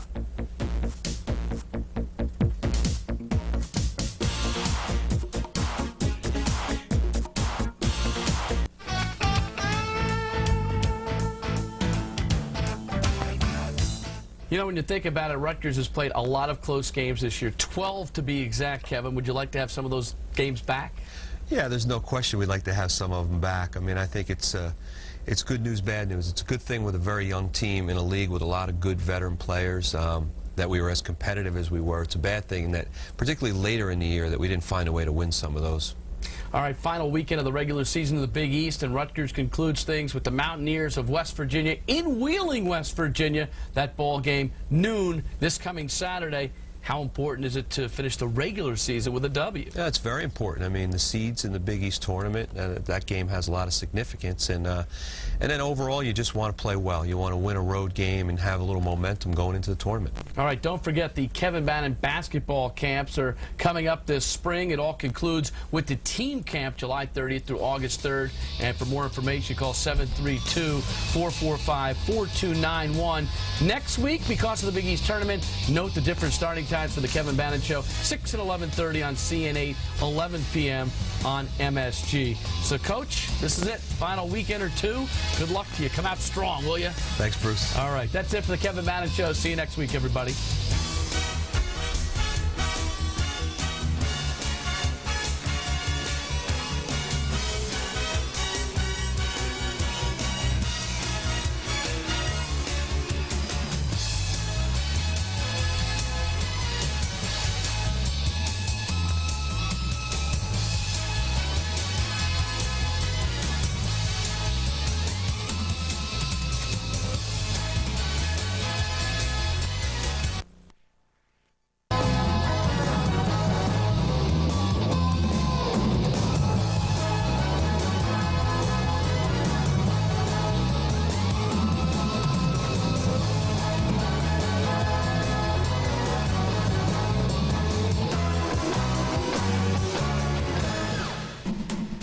We're at the Rack in Piscataway, New Jersey, home of the Rutgers basketball team, a team which is off to a flying 4-0 start thanks to some solid defense.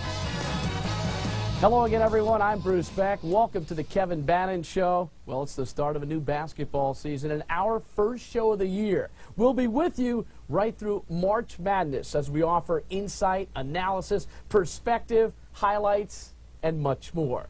Coach Bannon, hard to believe, but we're together now 4 years. It's going to be fun again, Coach. Absolutely. It's that time of year, and it's great to be back with you, Bruce. Isn't it kind of interesting at the beginning, too, because you don't know what to expect from a ball club? Well, very much so. Every year it's like that, but particularly this year. I mean, we just, we're really finding our way right now, but so far so good. You have a lot of guys back, but there are really new roles for so many players, true? Well, that's the big thing for us. We need some people to really step up right now. We just need people to score a bit more, rebound a bit more.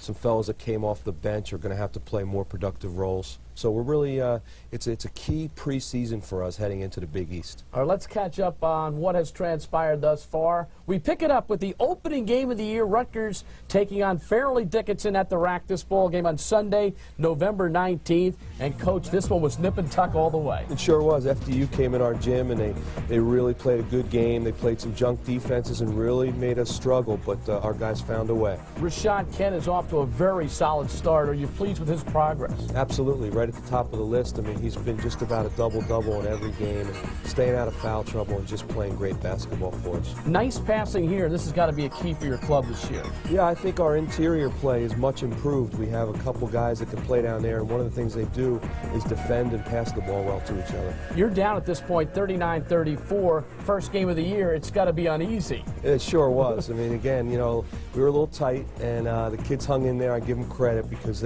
I'm sure they didn't think they were going to be down, but FDU again deserves a lot of credit. Here's Todd Billett. We'll see a lot of this year. Billett off to a great start shooting-wise. Yeah, he sure is. I mean, what I like about him is he's always a great shooter, but I love his shot selection. I love the way he's running our team right now. FDU up by 3 with 5 minutes left. And, Coach, you go down the stretch, but you come up with the big plays. And I think this is important for a team trying to find its way. Yeah, I mean, I'd prefer, to get these teams in our gym and blow them right out of here. But that's not the way it is right now. And I do think in the long run, learning how to win and get key defensive stops, great play right there by Rashad. I mean, that's the kind of stuff that we really need, and we're finding a way to win. So Rutgers wins the opener by a score of 64-61. And that's a good feeling for a team that just wants to get that first W on the board. Yeah, there's no question. Get that out of the way. You got an FDU team that came in real hungry, very loose, gave us all we could handle, but to walk off that court and get a win and get a hug from your son isn't too bad. Hey, that's a very nice hug. Better watch out. He's a strong kid. Could be a good recruit down the line. We move on to Lafayette. This is Tuesday, November 21st, and this was really a Billett ball game. It sure was. I mean, Lafayette's an NCAA tournament team, and they have a nice returning group, and boy, we just did a great job. I think the difference from the first game to the second game of getting Todd open looks was so important. Billett was unconscious. He had 8 threes, and when he wasn't making a 3, he was dishing off. He was unbelievable. Yeah, he really played some game for us. I mean, and he's always going to do the other things. I mean, he scored a lot of points and he made a lot of threes, but I think the thing that I like the best about Todd right now is the way he's running the show for us. How do you like this young man named Mike Sherrod out of Robeson High School? Well, there's a lot to be excited about. Mike gives us a guy that really gives us excitement. He takes the pace of the game up, he breaks people down off the dribble, and we're very happy with him. Here's defense. This has got to be a Rutgers staple this year, and early on, it's been solid. Yeah, the first couple games took us a little while, but then we started to really get after it defensively and get some nice transition baskets. Billett, by the way, ends up with a career-high 36 points. He ties the RU record with 8 threes, and this is a huge 3 right here. Yeah, Jeff Greer, I mean, people have been on him a little bit about his production, but you know what? The guy makes big shots, and he's always around the ball, and he's doing good things for it. You just need him to do it on a little more consistent basis. Coach, on we go to the Bucknell Bisons. Rashad Kent with a good game, 18 and 8. 18 and 8, that seems to be Rashad's thing right there. Again, there's our inside play between Rashad and Eugene Dabney and Kareem Wright. We've got a lot of improvement right there. We're pretty excited about it. Mike Sherrod all over the place defensively. Maybe he doesn't come up with the ball here, but I like the hassling of the defensive player. Definitely. Again, he gives us an element that we don't really have. Right here, he picks up the pace, gets Jeff Greer open in transition. Terrific defender. And Mike's playing unlike a freshman right now, really playing with confidence. And now Mike Sherrod connects at a 3. It was a 19-2 RU lead. That was some run right there. I mean, we just, it was 3-2, and I look up and it's 28-2. And it was all defense and transition. The kids did a great job. All right, the next ball game against Ryder, a team that Coach Bannon knows extremely well. He was 131 of 103 there in 8 years against your buddy Don Harnum. And it was 9-6 Rutgers early, but another nail-biter by the half. Definitely, you got to give Ryder credit. We got up about 16, and Rashad Kent went down, a little injury, and they made a nice run at us. But we knew this was going to be a tough game. Ryder's, I think, going to have a terrific year this year, and we knew we'd have to work for it. How important is it to show your composure when you have the lead, give it to them, and now you go into the locker room trying to regroup? Yeah, 40 minutes is a long time, and I think sometimes when you get up 10-12, and human nature says you relax a little bit. We've got to learn to get through that. When you get up 10-12, get it up to 22 points or something like that, and that's something that this team has to learn. Now Rashad Kent with some defense will make the steal and go the distance. Looks like Barkley here. He really does.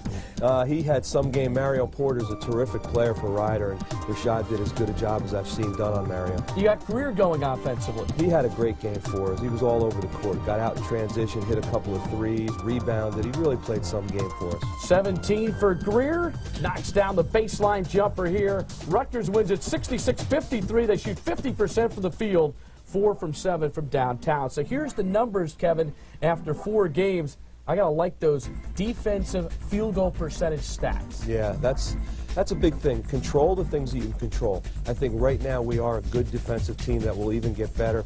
We have some improvement to do offensively, and obviously our free throws have been subpar. But there's a lot to like. One thing is that each and every game we've played better, and our opponents, I think, have been better each game. So there is a lot to like right now. Coming up next, a look at the Billett brothers. One who's here now, one who used to be here, but then again, he's back again. Stay with us. Welcome back. Welcome back. With only 9 scholarship players and 1 senior in the starting lineup, Kevin, this is going to be a challenging year. Therefore, getting out to a good start so important, and you're 4-0. It is important. I think what we look at it as if we're going to break it down into a few mini seasons, and this November-December period is a period where we hope we can stay healthy and just improve as we go along. The competition gets tougher throughout the month, and we just have to take our game up a notch. But so far, so good. All right, let's talk about personnel for the 2000-2001 season, and begin with a familiar last name, Todd Billett. Well, the guy's only played a couple games in his sophomore year, and already we take him for granted. He's doing a fabulous job for us, running the show, shooting the 3. All right, Mike Sherrod is a newcomer, but this guy's been around for a long time. Jeff Greer, 5 years, 6 years? What's the story with him? We're hoping for a huge senior year for Jeff. He does it all for us, and he's one of our captains. And if this guy has a good senior year, we're in good shape. Young man from down under, Mike Thompson, who averaged 3.5 points and 2 rebounds per game last year. Off to a bit of a slow start, so now we're going to bring him off the bench as opposed to starting him, but we still have high hopes for Mike. Rashad Kent off to a terrific start, 63% career field goal percentage, first all time. And Eugene Dabney, Kevin, he looks healthier than ever. Yeah, Eugene's healthy and one of our more improved players, and Rashad is just right now playing great basketball for us. Kareem Wright, the 6'9" sophomore. Another guy that's in much better physical condition, and we'll see major playing time. I love the way Kareem's playing right now. The kid out of Brooklyn, Mike Sherrod, I talked about a little bit earlier. Has great composure, not like a freshman, really electric. It really gives us a lift. Increases the pace of the game, does a great job. Flint, Michigan, Renardo Brown, very reliable, backing up the point. Same kind of player, does a great job, comes off, terrific defender, and really picks up the pace of the game. Sean Exani suffered a broken bone in his foot last year. He looks like he's coming around. Definitely had a tough preseason with an ankle injury. Now he's back to being somewhat healthy, and I think Axe is going to have some career in a Rutgers uniform. We had this guy as a guest on last year, a great work ethic, Connor Fox, and a new guy, Justin Piasecki, a 6'7" freshman from Voorhees, New Jersey. And one more, Coach, Mitch Garrett, a 5'10" freshman from Beaver Falls, Pennsylvania. That's usually where you recruit quarterbacks, you know. Yeah, comes from a great program, Blackhawk High School, John Miller. The 3 guys you just mentioned, Justin and Mitch and Connor, are guys that, they play an important role for us, do a great job in practice, and you never know when you're going to need them in a game. Well, we talked about one Billett who's here as the point guard. There was another guy who was here forever, it seemed. The Iron Man scored over 1,400 points in his career. He's back as an assistant coach, Jeff Billett. We talked to Jeff about what's going on and how it's like to be back. you know, it just means a lot to come back to your alma mater and to be able to coach here. And after only 1 year away from Rutgers, it just means a lot. And I'm really looking forward to the opportunity. And it's a great experience to be back in the Big East Conference and back with Coach Bannon and the rest of the staff.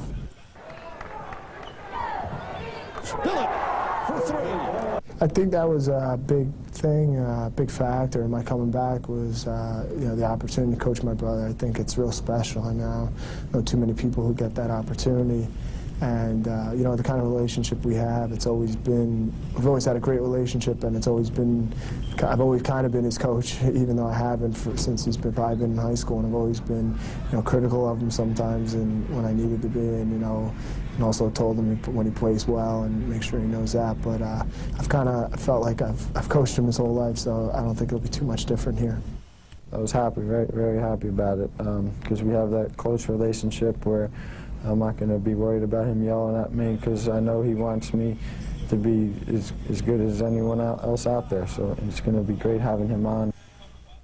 1,480 career points for Jeff, 428 assists. It's hard to believe he's a 99 graduate because he's very mature for his age. He really is, and it's a tribute to Jeff that he was able to, get a full-time assistant job out of college. That's unheard of.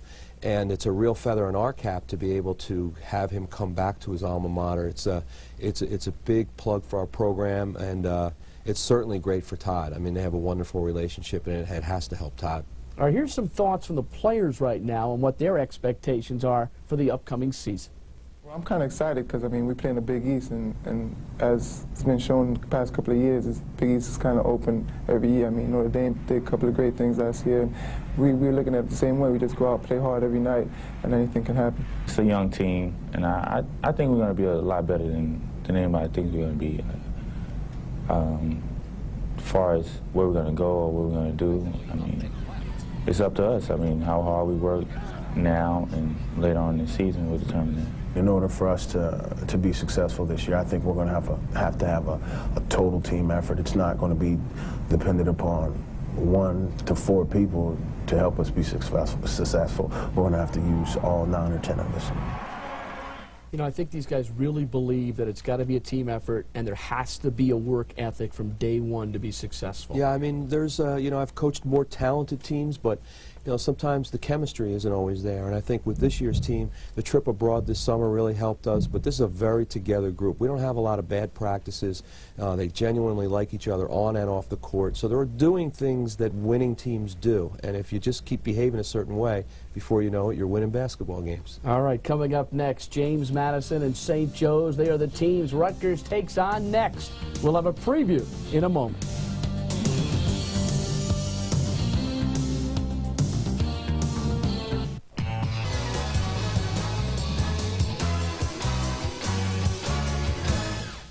That's a nice entrance outside the locker room here at the Rack in Piscataway, New Jersey. Welcome back, everyone. This is the Kevin Bannon Show. Rutgers opens up, Kev, with teams that you're not going to see twice. These are not Big East opponents. Is preparation so paramount this time of year? Definitely. I mean, it's always key, but when you see these teams that you don't see all the time, you don't see on a regular basis, you got to get as much information about them as possible, and sometimes you only have 24 or 48 hours between games. So, but it helps you. That's why you do this, so that when you get into that Big East season, your kids do a good job with preparation. That's why you brought Billet back, right? Exactly. Exactly. All right, let's get ready for the next ball game. It's against James Madison. This game is coming up on Saturday, December 2nd, 7:30 at the Rack. And their head coach is Sherman Dillard, who was an All-America at James Madison. Yeah, Sherman's done a great job with that program. 20-game winner last year. Lots of returning players. There's an athletic, exciting group, big, physical. We'll be tested. I mean, the way our schedule has worked, it seems like each opponent is more difficult than the next, but I think that's very good in preparation for Big East Conference play. So this is a team that's got a lot of weapons. Lyle's a terrific player around the basket. Fanning's a great penetrating point guard, and they have a young center in Caskell that's very good. This team was 20-9 last year in the Colonial Athletic Association. They tied for the regular season title. 8 players returning, including Dwayne Braxton, who's averaging 13 per game. They have a lot of weapons. They have a very good, solid backcourt and a strong, athletic front court. They play a lot of players. And, you know, it's by no means going to be an easy game for us. We hope we can make it very uncomfortable coming into the rack on Saturday. That's Ian Caskell. He's 6'10", averaging 10.3 points and 8.7 rebounds per bowl game. So what are the keys, Coach? Well, we got to do a good job at that point. We think we have a good one in Todd Billett, and they sure have a good one in Fanning. So whoever wins that matchup, keeping them off the boards is key. They get a lot of second chance points, so we're going to have to do a good job on the boards. And lastly, they play a nice zone. They get out in the passing lanes and they challenge you, and I think our guys are going to have to do a good job of attacking the zone. All right, after that game, it's against an Atlantic 10 foe. You know all about that league, and it's the St. Joe's Hawks just down the road a bit, Phil Martelli's club. 4-1 on the season, and they're feeling good about themselves right now after being 13-16 a year ago. And this is one of the more likable guys around. Phil's a great guy, and he's done a wonderful job with their program. Last year they struggled a little bit, but it's a tribute to him. Right, this year they're back in a big-time way. They're playing great basketball. Again, a lot of weapons. They've got a great freshman point guard, and O'Connor's really come on and matured on and off the court. Just doing a great job for him. O'Connor is averaging 24.5 points per ball game this year. Junior forward Bill Phillips, 13.7 and 9.2 boards. Yeah, they have a nice balanced attack. They've got some size. Phillips is a guy that's really emerged into quite a player, and they're getting great point guard play from their freshman Nelson. So they're a tough team, and coming into the rack, we expect nothing but a war. We had a heck of a game with them down in the Palestra last year, and it should be the same kind of atmosphere. You wonder if they're thinking about a little revenge. Well, I'm sure they, you know, anytime you play, even though we're not in the same conference, we are in the same region, and of course you want to beat the teams that are kind of down the road from you. Here's the Canadian, Damian Reed, 9.7 points, 6.2 rebounds, pretty strong. He's a strong, athletic kid. He's been there, you know, a bunch of years, got a lot of experience, and just a very solid player. Well, I think the keys for this one, we've got to win the backcourt battle with O'Connor and Nelson. They've got a great backcourt, but we think we have a pretty good one too, so that's real important right there. When I say gang rebound, I like their team. I think they're very tenacious, and if we don't have the same approach, that we're going to get beat up on loose balls and long rebounds. We've got to do a good job there. And then, again, with their aggression, and they do a nice job defensively, we can't get into one of these run-and-shoot games. We've got to be very careful about the shots that we take. And, you know, Phil is gushing about this freshman Jameer Nelson, who you mentioned a little bit, 12.5 points per game, 7.0 assists. Is he the real deal? He really is. He's quite a player. That was a great recruit for them. And any time that you can get that kind of production from a freshman point guard, he's pretty special. Couple good tests this week, Coach. Definitely. All right, that's what the early season is all about. When we come back, we'll preview the Big East season. Stay with us.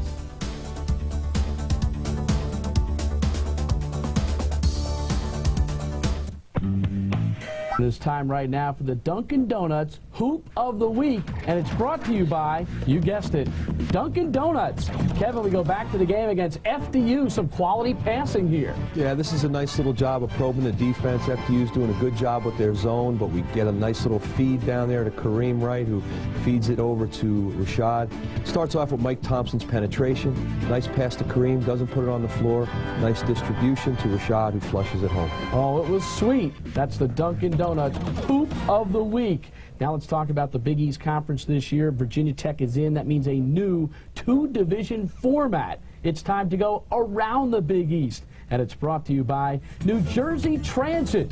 Here's Ken Henderson with more on the league. This season, Jim Calhoun's UConn Huskies and Tommy Amaker's Seton Hall Pirates are the preseason favorites to win their respective divisions. Both programs realize that their success this season may depend on their younger players. And for the Pirates, that includes one of the best recruiting classes in the country. Well, our young kids have, they're talented, they're highly acclaimed and deserving of those accolades. I think it's important to know that I've been more impressed with their work ethic. I think our young guys have shown a willingness to work hard, to compete, and to try to fit in. And I think they've gained the respect of their teammates because of that. The youth and young players we do have coming in, we get some talent. We have some young kids that could be very, very good when it's all said and done. The Eastern Division welcomes 2 new coaches and 1 new team to the conference. Ricky Stokes and the Virginia Tech Hokies are now members of the conference on the hardwood, and former Tulane head coach Perry Clark is now running the show in Miami. And he realizes life in the Big East won't be easy. The teams that are able to put wins on the road are going to be the teams that are going to come through this thing in good shape. And that's something that I've got to get used to because, you know, I don't even know the good places to eat on the road. So, you know, more or less how the crowd's going to be.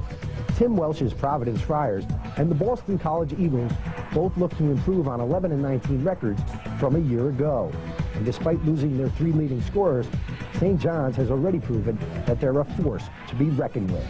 Meanwhile, the Wildcats of Villanova return a young nucleus, but they have a number of players with experience.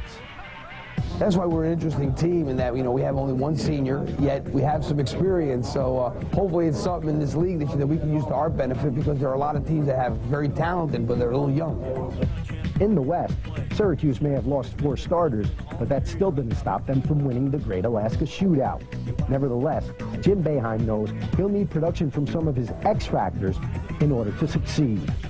We have a lot of young guys, sophomores and juniors, who really have never been in play in the center position that, you know, need to play well for us to be successful. Both the Hoyas of Georgetown and the Irish of Notre Dame reached the postseason last year as they earned a pair of NIT bids. Both squads feature a number of returnees for this season, while the Irish can claim the conference's preseason player of the year.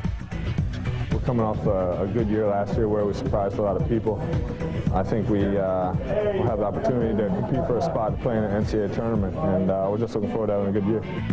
The Pitt Panthers and the West Virginia Mountaineers round out the division in which the Scarlet Knights call home, most likely making for another exciting season of basketball in the Big East.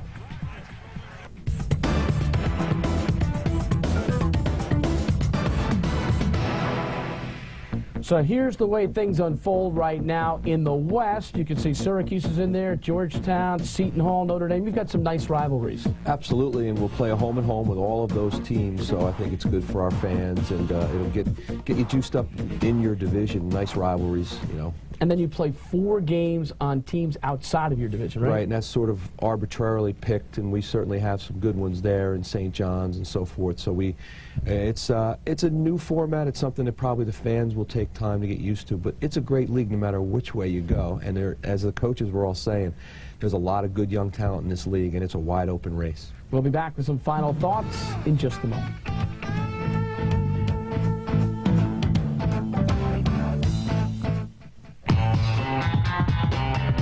Covered a lot of ground in a short time. Coach, thanks for joining us, and good luck this week. Another year, Bruce. Great to be with you. All right, we'll see you next week. That's it for the Kevin Bannon Show. See you next week, everybody.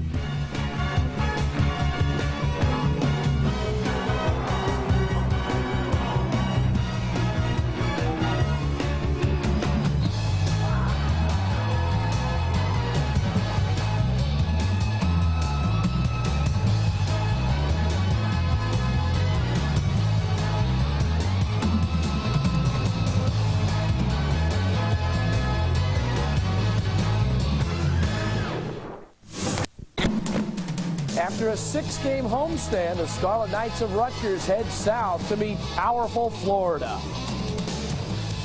Hi, everybody. I'm Bruce Beck. Welcome to the Kevin Bannon Show. 6-0 sounds great, but 5-1 is not bad. The Scarlet Knights of Rutgers are off to their best start since the 90-91 season. They're doing it with tenacious defense and a guard who is fueling it up from area code range. Kevin Bannon, how is your blood pressure these days? Every game is close. My blood pressure is actually pretty good because we've won most of the close games, and that always makes you feel pretty good. Do you ever feel good when you have a loss? I mean, do you ever accept it? No. I'm not here to lose games. We're here to win games, and you put a lot of time and preparation into these games, and when you don't come out on top, regardless of what you were supposed to do and all that stuff, you never feel good after a loss. Highlights from this past week's action. We begin with the ball game against St. Joe's. This is a tough, hard-nosed game against the Hawks, a rematch of a year ago. And Kevin, let's talk about this ball game and how it started for you. Well, we started pretty well. Jeff Greer knocking down the 3. We knew this was going to be a street fight. Great team, St. Joe's, really playing good basketball, but I thought we came out and we're ready to play. You were worried about the young man, Jameer Nelson from St. Joe's. Do you like him? I like him a lot. He's, I think, one of the top freshmen in college basketball. He can do it all from the point guard spot. Sean Exani gets the basket and the foul. Good to see him produce. Definitely. It's just a matter of getting comfortable for Sean Exani. He's a guy that's going to be a heck of a player for us. I like seeing Mike Sherrod go coast to coast. He adds a dimension to our team that we haven't had in a while. He really breaks the defense down. He's playing great basketball for us. Great look here by Billett. Yeah, well, Todd's playing great basketball, and Jeff Greer's getting out and doing the things that he needs to do as well. Coach tied at the half, 32 all. Now it's Rashad Kent with the dunk. Good feed by Kareem Wright. Kareem's starting to give us real quality minutes. It's just a comfort level thing with him, but he's playing good basketball as well. This was just a tough ball game all the way through. Very close. Very close. We went after each other, and I think both teams had some streaks of playing very good basketball, but then they went on a heck of a run. And it's Jameer Nelson to Damian Reed. Reed had 16 points and 8 rebounds. It's 45-43 St. Joe's. Watch this sequence. The block by Rashad Kent starts it. Rashad's playing well at both ends of the court for us, averaging a double-double and playing great defense. Renardo Brown with the layup. We're tied at 45. St. Joe's would build a lead. Marvin O'Connor with the 3. It's 60-52 with 6 to go. What are you thinking? Well, they were starting to pull away a little bit. Marvin O'Connor's a big-time offensive player, and that was unfortunate. We kept him in check most of the night. The lead swelled to 9, but Rutgers hung in there. And down the stretch, the Scarlet Knights starting to get there. Dabney hits a jumper. Sherrod with a pretty layup, and Coach are within 6 with 2:19 to play. Well, that was important that we responded, getting down 9 to a good team. And then the huge basket by Renardo Brown to tie the game. Renardo struggled with his shooting. It was great to see him make that shot. So we're tied at 65, and then the foul called. Bill Phillips will get the board. He'll go to the free throw line. He makes the free throws, and Rutgers would have one more chance. Coach, you get a good look. Yeah, we got a good look. It was a little long for Todd, even though he has great range, but I can't fault my guys. We executed and got, I think, one of the best shooters in the East, probably. A pretty good look at a 3 to win the basketball game. Absolutely. St. Joe's wins at 67-65. Rutgers shot just 42% in this ball game, but it was a heck of a finish, and you get the shot, and you make it, and you're undefeated. Let's go back to Saturday at the Rack. James Madison against Rutgers. What were your thoughts going into this one? What were you concerned about? Well, this is a talented team that's been playing very well, won 20 games last year, and has the nucleus of that team back. So we knew this wasn't a patsy coming into the Rack. And this was another terrific ball game for Mr. Billett. Well, when you score 37 points on 14 shots, you know you're doing something right. And that's just not only great shooting, but being selective somewhat. Definitely. Well, Todd's just improved in every way. There's not a way that he hasn't come back this year as a better basketball player, and that's indicative in a 37-point performance. Once again, a very tight first half. It was 22-20. There's no room for breathing around here, is there? No, not at all. I mean, we're not that kind of team. We're just not going to overpower anybody. We have to really gut it out and hang in there and get our breaks, and I thought this game, that's exactly what we did. It was 31-28 at the half. Nice move there by Jeff Greer. I think he's starting to pick it up. Definitely. A couple good games in a row right now, and I think he knows how much we need him. Greer had 13. Here he is once again. Do you like to see him in transition? Definitely. I think the problem we have with Jeff is when he starts to fall in love with his jump shot. When he goes to the rim like you saw just there, we are such a better basketball team. JMU stays close. David Fanning hits a couple of threes. He hit a team-high 15. Rutgers up 46-42, but here's Mr. Dabney. That's a big play. That was a great penetration by Todd. He was obviously getting a lot of looks there, and both Greer and Todd get Gene some dunks. It's 50 all with 8 minutes to go. Braxton hits a jumper. Dwayne Braxton and James Madison is up 2. You come back. Yeah, they hung in there, but I thought we did a great job of executing down the stretch. Billett with a 3. He had 23 in the second half. He was 5 for 8 from downtown in the ball game. And then Sherrod finds Kent underneath. Well, that's important. You know, they're coming out on our shooters, and they probably were forgetting about our big guys a little bit. And Mike Sherrod did a wonderful job of finding Rashad there. Billett with the icer. 37 points. 11 for 14 from the field. 10 for 11 from the free throw line. 5 for 8 from downtown. Those are awesome numbers. Yeah, it was a good hard-fought game for us, something that you want to see your guys battle through and play well down the stretch, and they certainly did that. Billett has excelled in his field goal percentage the last couple of games. I mean, if you're over 50%, Coach. He can't play better than he's playing right now. He's shooting the ball well, but his overall game is much improved. Jeff Greer with his 8th career 20-point ball game against St. Joe's. Mike Sherrod against the Hawks, 10 points, 4 rebounds in 32 minutes.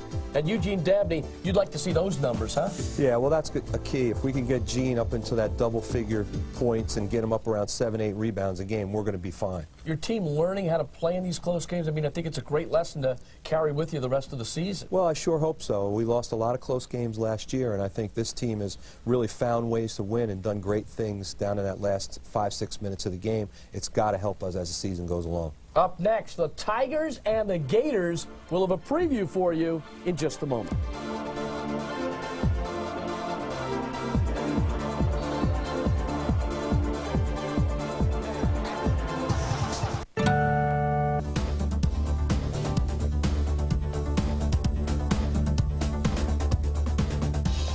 Welcome back to the Kevin Bannon Show. And Kevin, what is this room all about? Well, it's a little bit of everything, but mainly it is an area where we have meetings and we watch tape. We obviously our pregame and halftime meetings, and a place where we do a lot of individual work with players, watching themselves on tape, watching opponents. We're hooked up to satellite. We tape up to 8 games a night from all around the country. So it really gets a lot of use, and it's really been nice for our program to just meet with the players mainly and just get a lot of work done here out of the office, which I like a lot. It's like a little theater. Very nice indeed, kind of cozy. All right, let's look ahead to the upcoming week. And this team, the Florida Gators, one of the best teams in the nation. You got quite a challenge. Well, we do. I mean, we're going on the road for our first game, and they're an outstanding program. Went all the way to the championship last year. But I think it's a good test, and it comes at a good time. Billy Donovan in his 5th season. He looks like a kid, but we know he's not. No, he's done a wonderful job of building that program. They've recruited several All-Americans, and they're a dangerous team. They score in bunches, and they can really embarrass you if you don't go down there and play well. Teddy Dupay is scoring this year, isn't he? He's having a heck of a year. The guy's really scoring in bunches. He's a little guy. I think he's a lot like a Todd Billett. You know, it's hard to prevent because if you get him open shot, he knocks it down before you know it. Speaking of guys who can knock it down, Brett Nelson, All-East Regional team in the NCAA tournament. Terrific player. Struggled a little bit so far with his three-point shot, but we know that's going to even out. And this fellow Haslam is one inside player, I'll tell you. He's 6'7", 260. He's a monster. He really is. And they need that because they want to shoot the three, they want to run, but if they don't have the inside presence, it takes away from it. And he's done a great job. Now this big guy, Brent Wright, 6'8", 232, can shoot the three. Yeah, well, that's their forte, not just their guards. They're always going to have a 3-4 man that can step out there as well, so they are very difficult to play. They also have Matt Bonner, Justin Hamilton, and Major Parker. And what are your major concerns? My major concern is transition defense, because they're going to run off your turnovers. You've got to get back. You can't give up easy baskets. And then secondly, we definitely have to take good shots, because when teams press you, even if you take care of the basketball, if you take a bad shot, it's as good as a turnover. And lastly, just handle their pressure. You know, we just really need to try to take care of the basketball. If we don't do that, it's going to be a very long afternoon in Florida. You know, sometimes we use that word transition in Maine, but you go from playing Florida to playing Princeton. Who made this schedule anyway? You know, you're right. It's two extremely different styles of basketball, but both quite effective. They both enjoy shooting a three-point shot.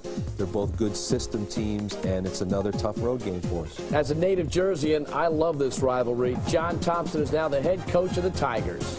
Well, this is a program that's gone through some of the things we have with some players that they were counting on being here that are not here. But they've moved on, and I think this is a team that every minute will get better and better and will be the usual Princeton team before it's all said and done.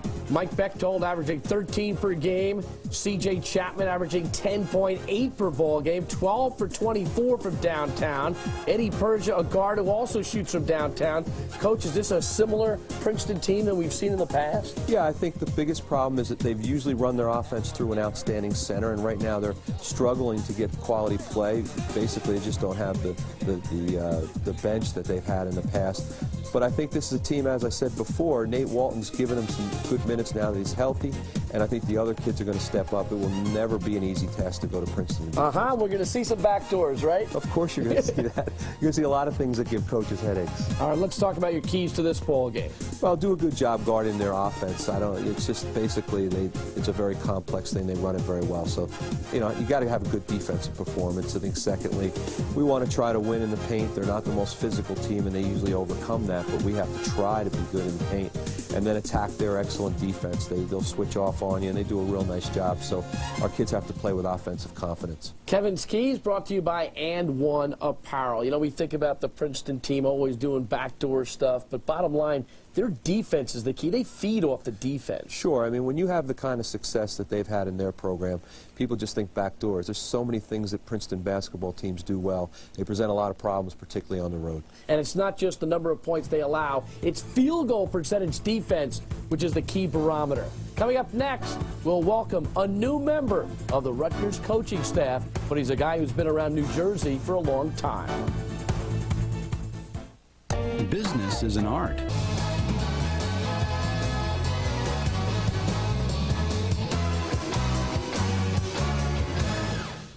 Welcome back to the Kevin Bannon Show. And joining us right now is the associate head coach of the Scarlet Knights back in New Jersey, Rod Baker. And a pleasure to see you, Rod. Hi, Bruce. How are you? Good. Are you enjoying this experience? Is it fun to be back in Jersey? Oh, very much so. It's something I've been trying to do for the last couple of years, and to have the opportunity to be here at Rutgers is really special.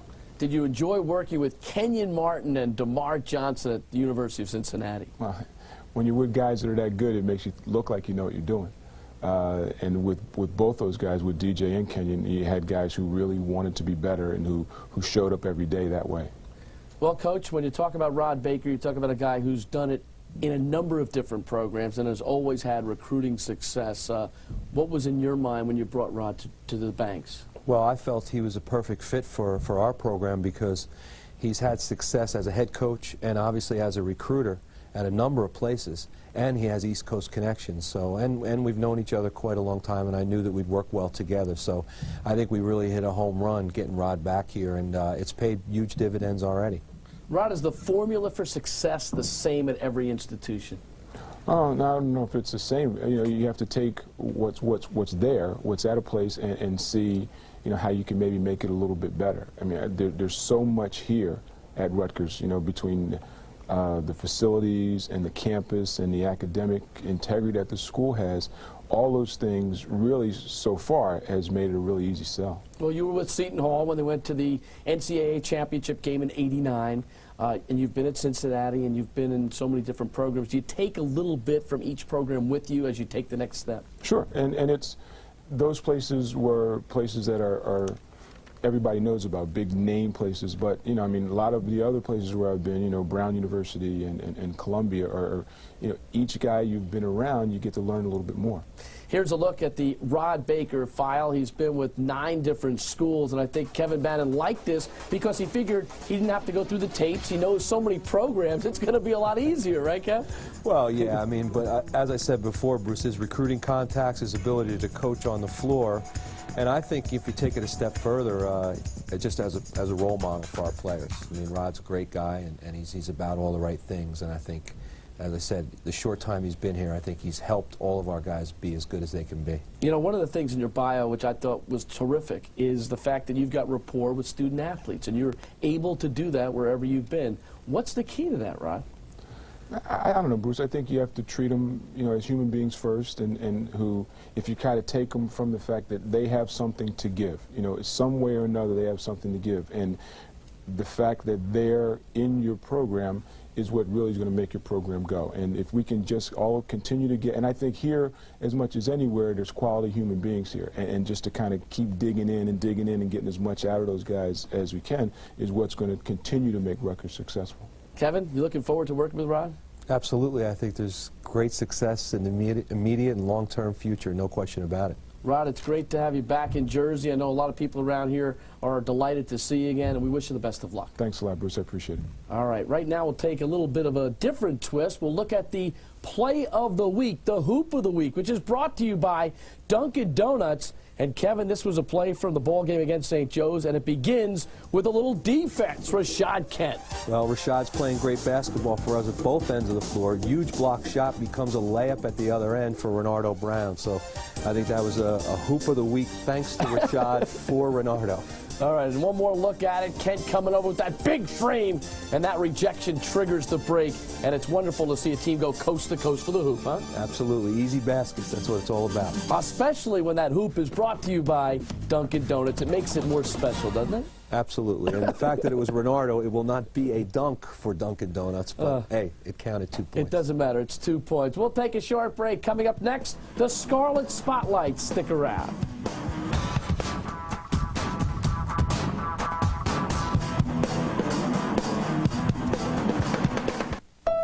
You play in the Big East, I mean, you get all the accolades, plus you're always on TV most of the time. I mean, it's great as a basketball player, as a student. I mean, Rutgers is not an easy school. I mean, you have to work at it, and that's what I'm trying to preach to the younger guys on the team, is just you have to work at it.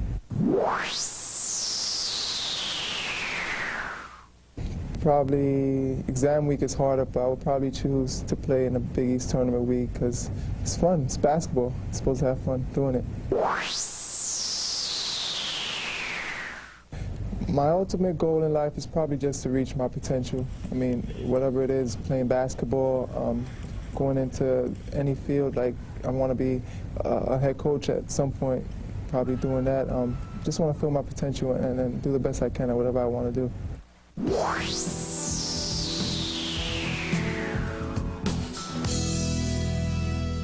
He's out of Washington Heights, and Kevin, he's a great kid. He's truly one of the nicest young men that I've coached in my career. He's a really special person.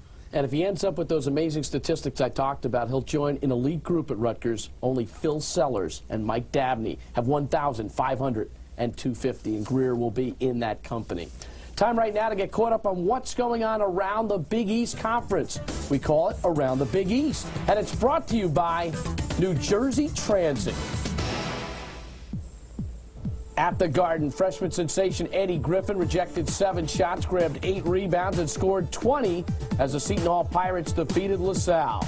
Griffin, who posted double-doubles in his first 3 collegiate games, converted on 8 for 12 from the field, while just falling short of a triple-double, the Pirates by 9. In the nation's capital on Saturday, good sportsmanship was nowhere to be found when St. John's met George Washington. 3 different incidents marred the first-round matchup of the BB&T Classic, including a Reggie Jesse elbow to the groin of Sir Valiant Brown. But it was Brown who set the tournament scoring record with 32 points as the Colonials downed the Red Storm 85-75. St. John's bounced back from their poor display on Saturday with a 97-83 win over Michigan in the consolation game. Reggie Jesse had 19 points and 5 boards while shooting 50% from the field. And Omar Cook poured in 20 while dishing out 8 assists in the Red Storm's 4th win of the season.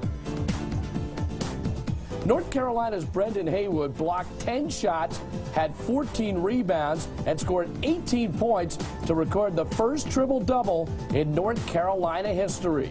Brendan connected on 8 of 9 from the field and was a force in the paint all night long. The loss dropped the Hurricanes to 3-2 for the season, while the win ended a 2-game losing streak for the tough Tar Heels, 67-45 the final. The Georgetown Hoyas went down to Louisville, Kentucky, and clipped the Cardinals for their 6th win of the year.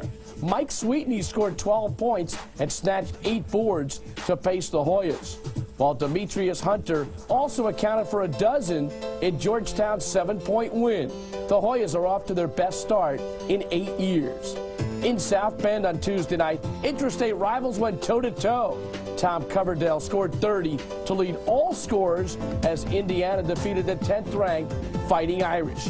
Indiana went on a 13-0 run in the second half to break open the game, and they handed Notre Dame their first loss of the season. To the Big East standings now. Scarlet Knights of Rutgers 5-1. A lot of teams, Kevin Bannon, off to pretty good starts. Our division looks pretty darn tough right now. A lot of people playing great basketball, getting some quality non-league wins. And this is the time of year where you want to get off to a good start because you know the wars are just ahead. Yeah, certainly when we get into January, people are going to be beating each other up a little bit, and you really want to go out and represent, and you want to have great non-league wins and go into the Big East Conference with a lot of momentum. And some confidence to go with it. Definitely. A short break, back with some final thoughts in a moment.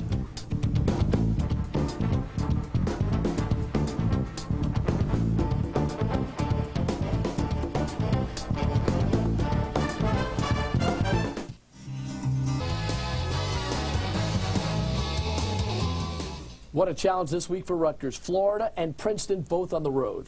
On the road, two great programs, two completely different styles, but the perfect time of year for these kinds of challenges. Good luck. We'll find out how you do next week, all right? Thanks, Bruce. All right, that's it for the Kevin Bannon Show. See you next week, everybody.